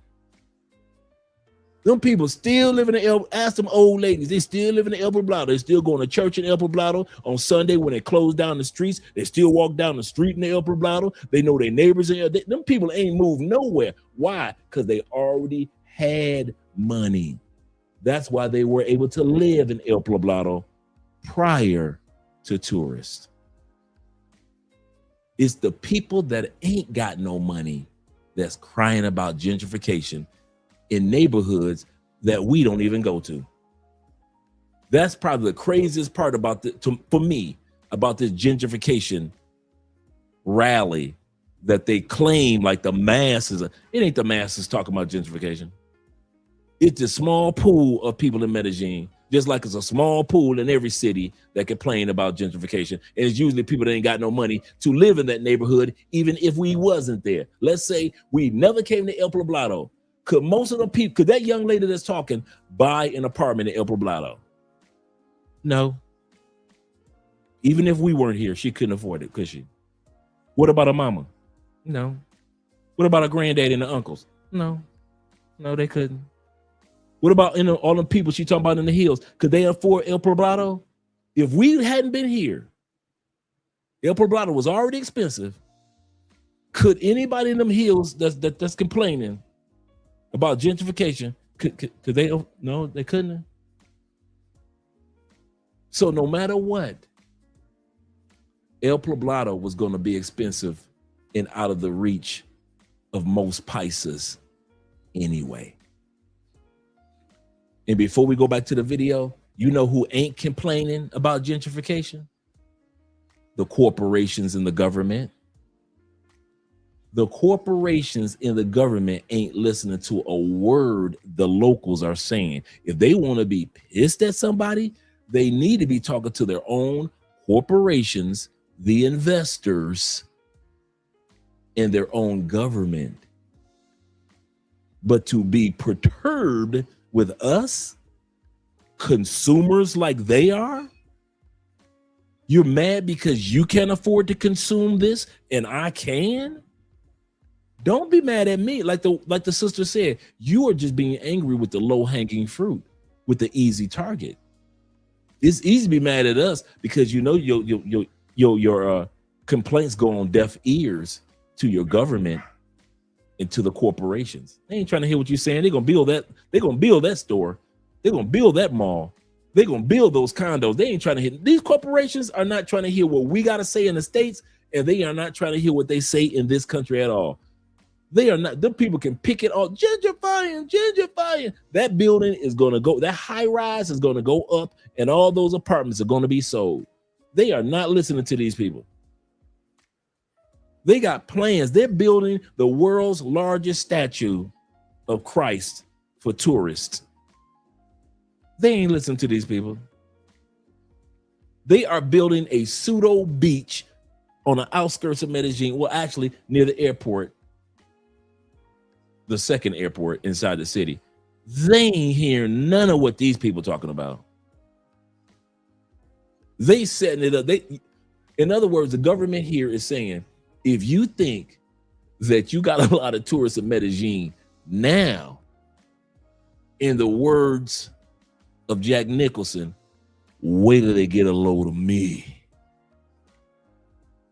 Wait till you see how many people come after they build that beach, after they build that new statue of Christ. You think you got tourists now? Man, listen, when Medellin say, wait till you get a load of me. Medellin is telling them, shed your tears now, baby, because you know what? Y'all can go march with your picket signs, go on YouTube and complain to the expats, do whatever you're going to do. Because guess what? The corporations going to keep coming. The investors are going to keep coming. And the mayors and the governors are still going to keep getting that money from tourism. And I ain't mad at them because I experienced it in Orlando. And just like my sister said, I ain't cuss about it. I ain't fuss about it. I knew it was progressiveness, and it was helping my city in the long run. It helped Orlando be the Orlando that many of us were able to enjoy because we got the Epcot Center and we've got the Disney World over here, and then we've got all these other. Most people don't know, if you don't live in Orlando, bruh, there's about 40 theme parks. See, y'all think about Universal Studios, and y'all think about SeaWorld, and then y'all think about Disney, Epcot Center. No, bruh. Is 40 major, humongous theme parks in Orlando. Them people ain't care nothing about us crying about no gentrification. They kept on building. And the same thing the government and the investors are going to do in Medellin. Shout out to T-Mac. T-Mac says this before we head back to the conversation. Valentina is selfish. He said, I provide income for 4 people because I'm a business owner in Colombia. She's only worried about her and not the people employed by foreigners. And this is absolutely true. She don't speak for the majority. She only speaking for the few people that she heard gossiping. Absolutely correct. That's all she's speaking for. A few people. And I like what my brother said. Shout out to Slim. Slim said this. He said that gringo money dry up, or they will be back living in those mountains. Let's continue on, gentlemen. Let's continue on. Yeah, business does not care. And we as Americans, we're used to it. Corporations don't care. We kind of like, okay, it is what it is. And we keep it pushing. He said, just went to the Epcot and Universal Studios this December. Shout out to you, brother. You had a nice time. He said, Dre, one of the biggest one-side circular arguments that I have with some of the women in my family was over gentrification in Florida. Miami, Jacksonville, Orlando, Tampa, and West Palm Beach area. I said, stop it. I know, right? It is what it is. Gotta go, but I'll shoot you an email. Shout out to you, sister.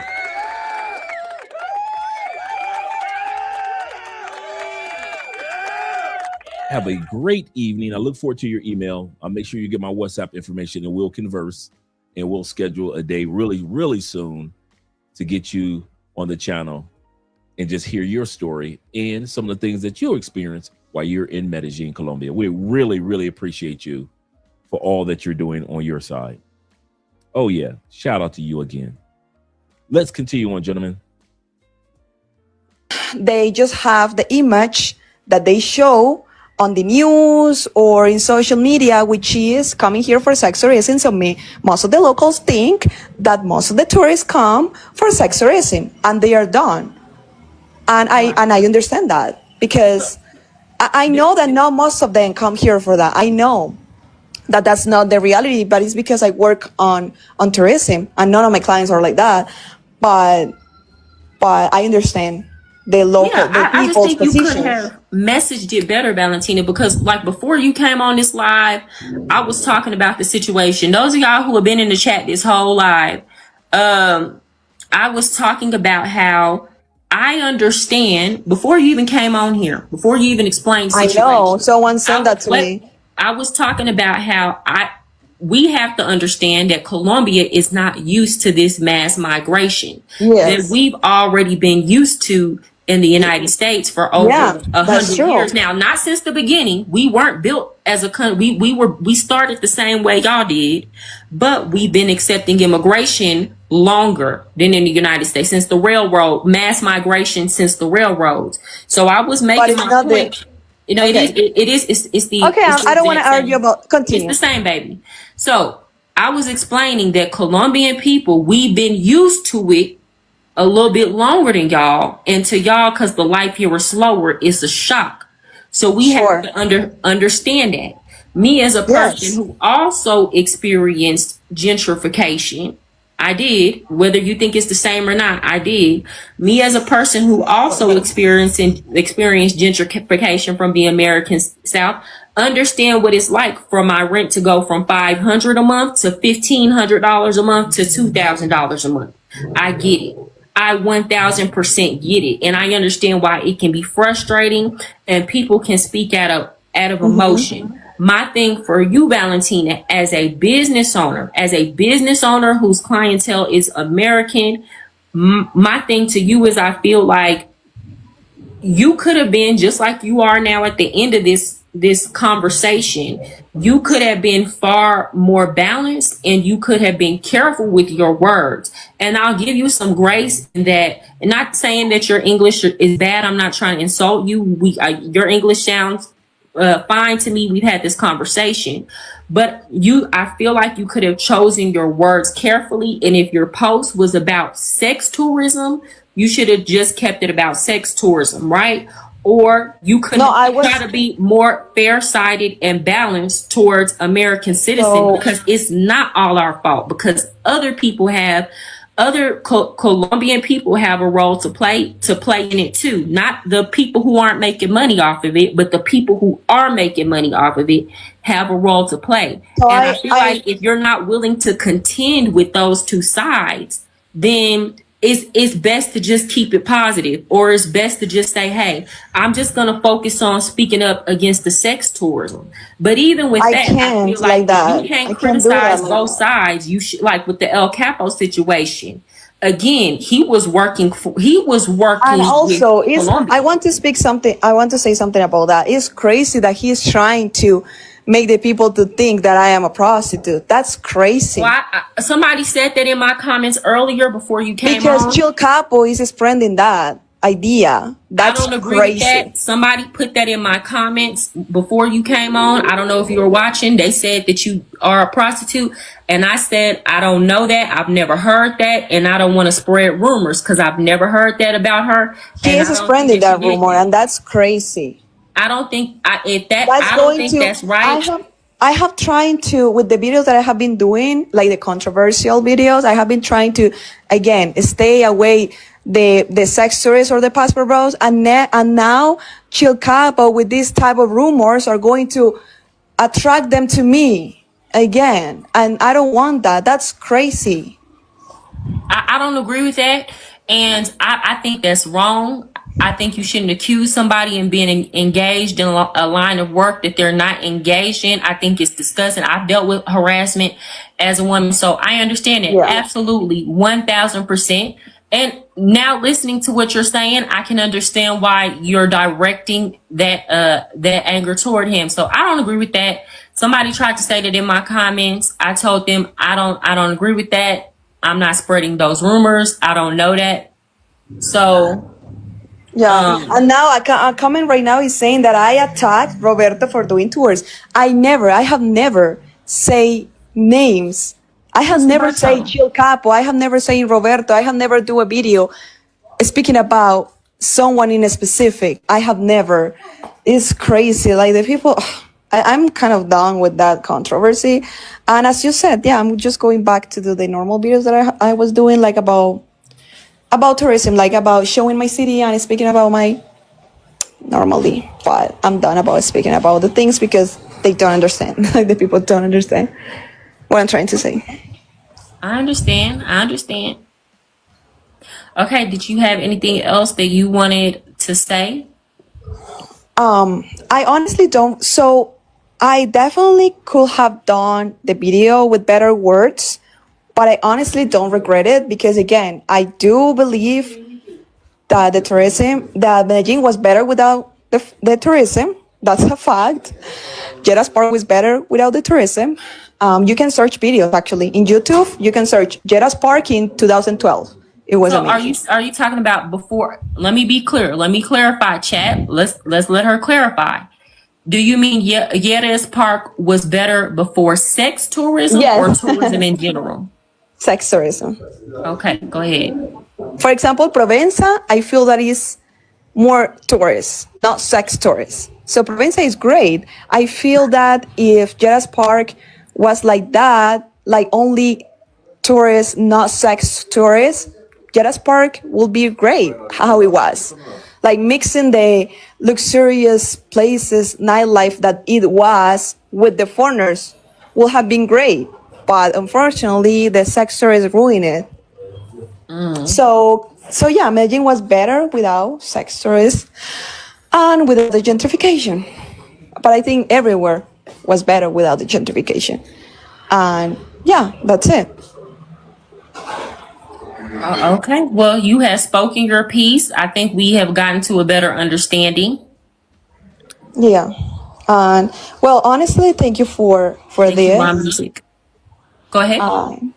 Thank you for giving me this space to say my side of the story, and I hope that people understand now better what I meant. And yeah, let's see how it goes, because the controversy doesn't stop. Yeah. I mean, if I were you, honestly, Valentina, I would probably make another video re-explaining my position, because I'm gonna be honest. A lot of people are saying you don't like Americans. So if I were you, just from a business owner perspective, I have my own business as well. I don't make my money in Colombia. All right, and that's the end of the video right there, as she had it posted. Shout out to the ladies, both ladies, that basically kept a civil conversation. You know, a lot of times you see people get into really demonstrative arguments and disagreements, and nothing can be discussed without flare of emotions. We see men do it and women do it, but shout out to both ladies for keeping it somewhat civil. Even though they may not agree with each other in many areas, they did keep it civil. They kept it respectful. So shout out to them in regards to that. And when it comes to gentrification, nobody's going to be comfortable with it. It just is what it is. It's one of those it is what it is type of situations.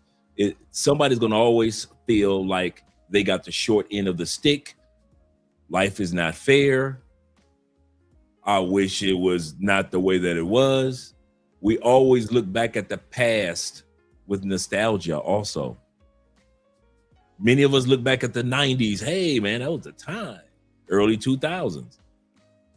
So it is with a lot of Colombians. They look back at when it was fun to go to El Poblado or Parque Diaz and enjoy themselves. Either way, they realize those days are over. It's not going to be the same park, and it may never be again. But at the end of the day, I believe that it's going to be a better park. Once they get it all cleaned up with all the Pookies and Ray Ray behavior, I think it's going to be a better park than it's ever been before.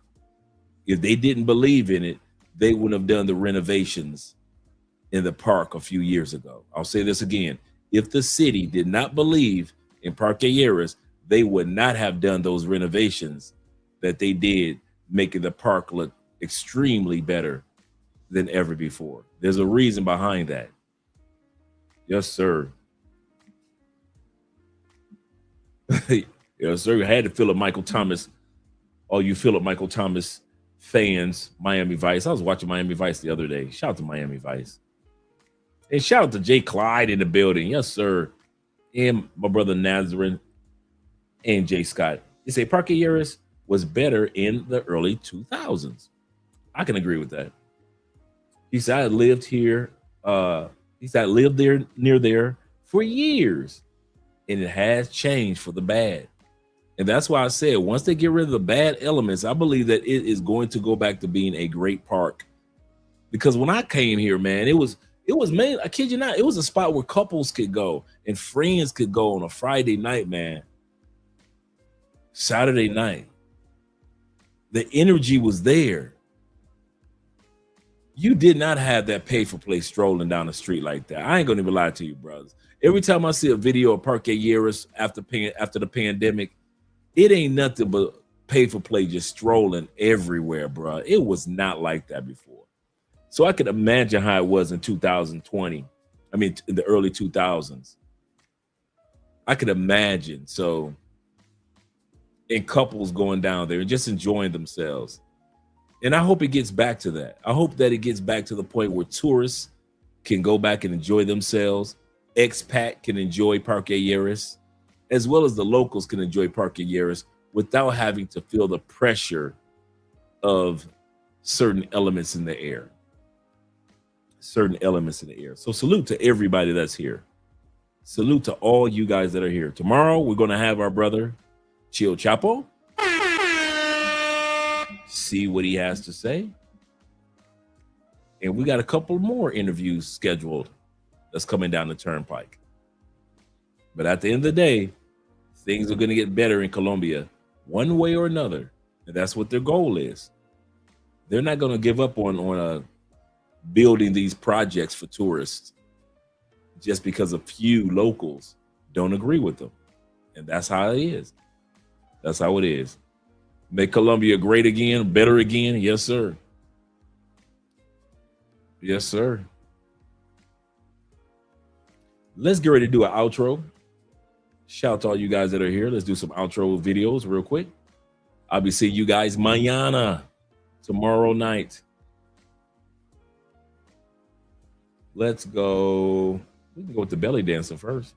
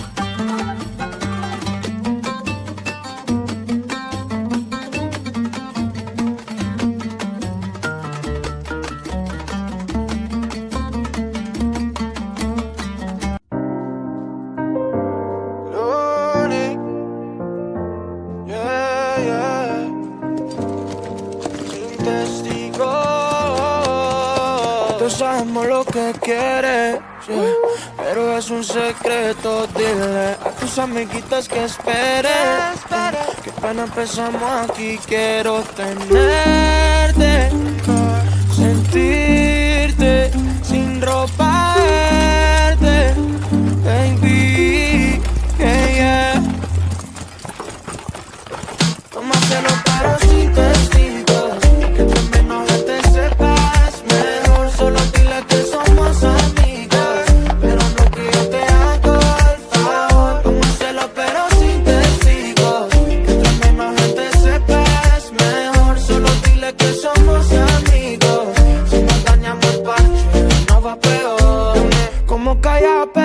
más veces. Un amor sin contrato como nos apetece. Y tus amigas pendientes de detalles, pero en esta laguna no caben tantos peces. Ella lo sabe, solo me quiere, vaya solita, a nadie más. Solo la cama sabe todo lo que pasa debajo de la sábana. Yeah, yeah, 24/7 está ready, pa' que los dos rompamos la dieta.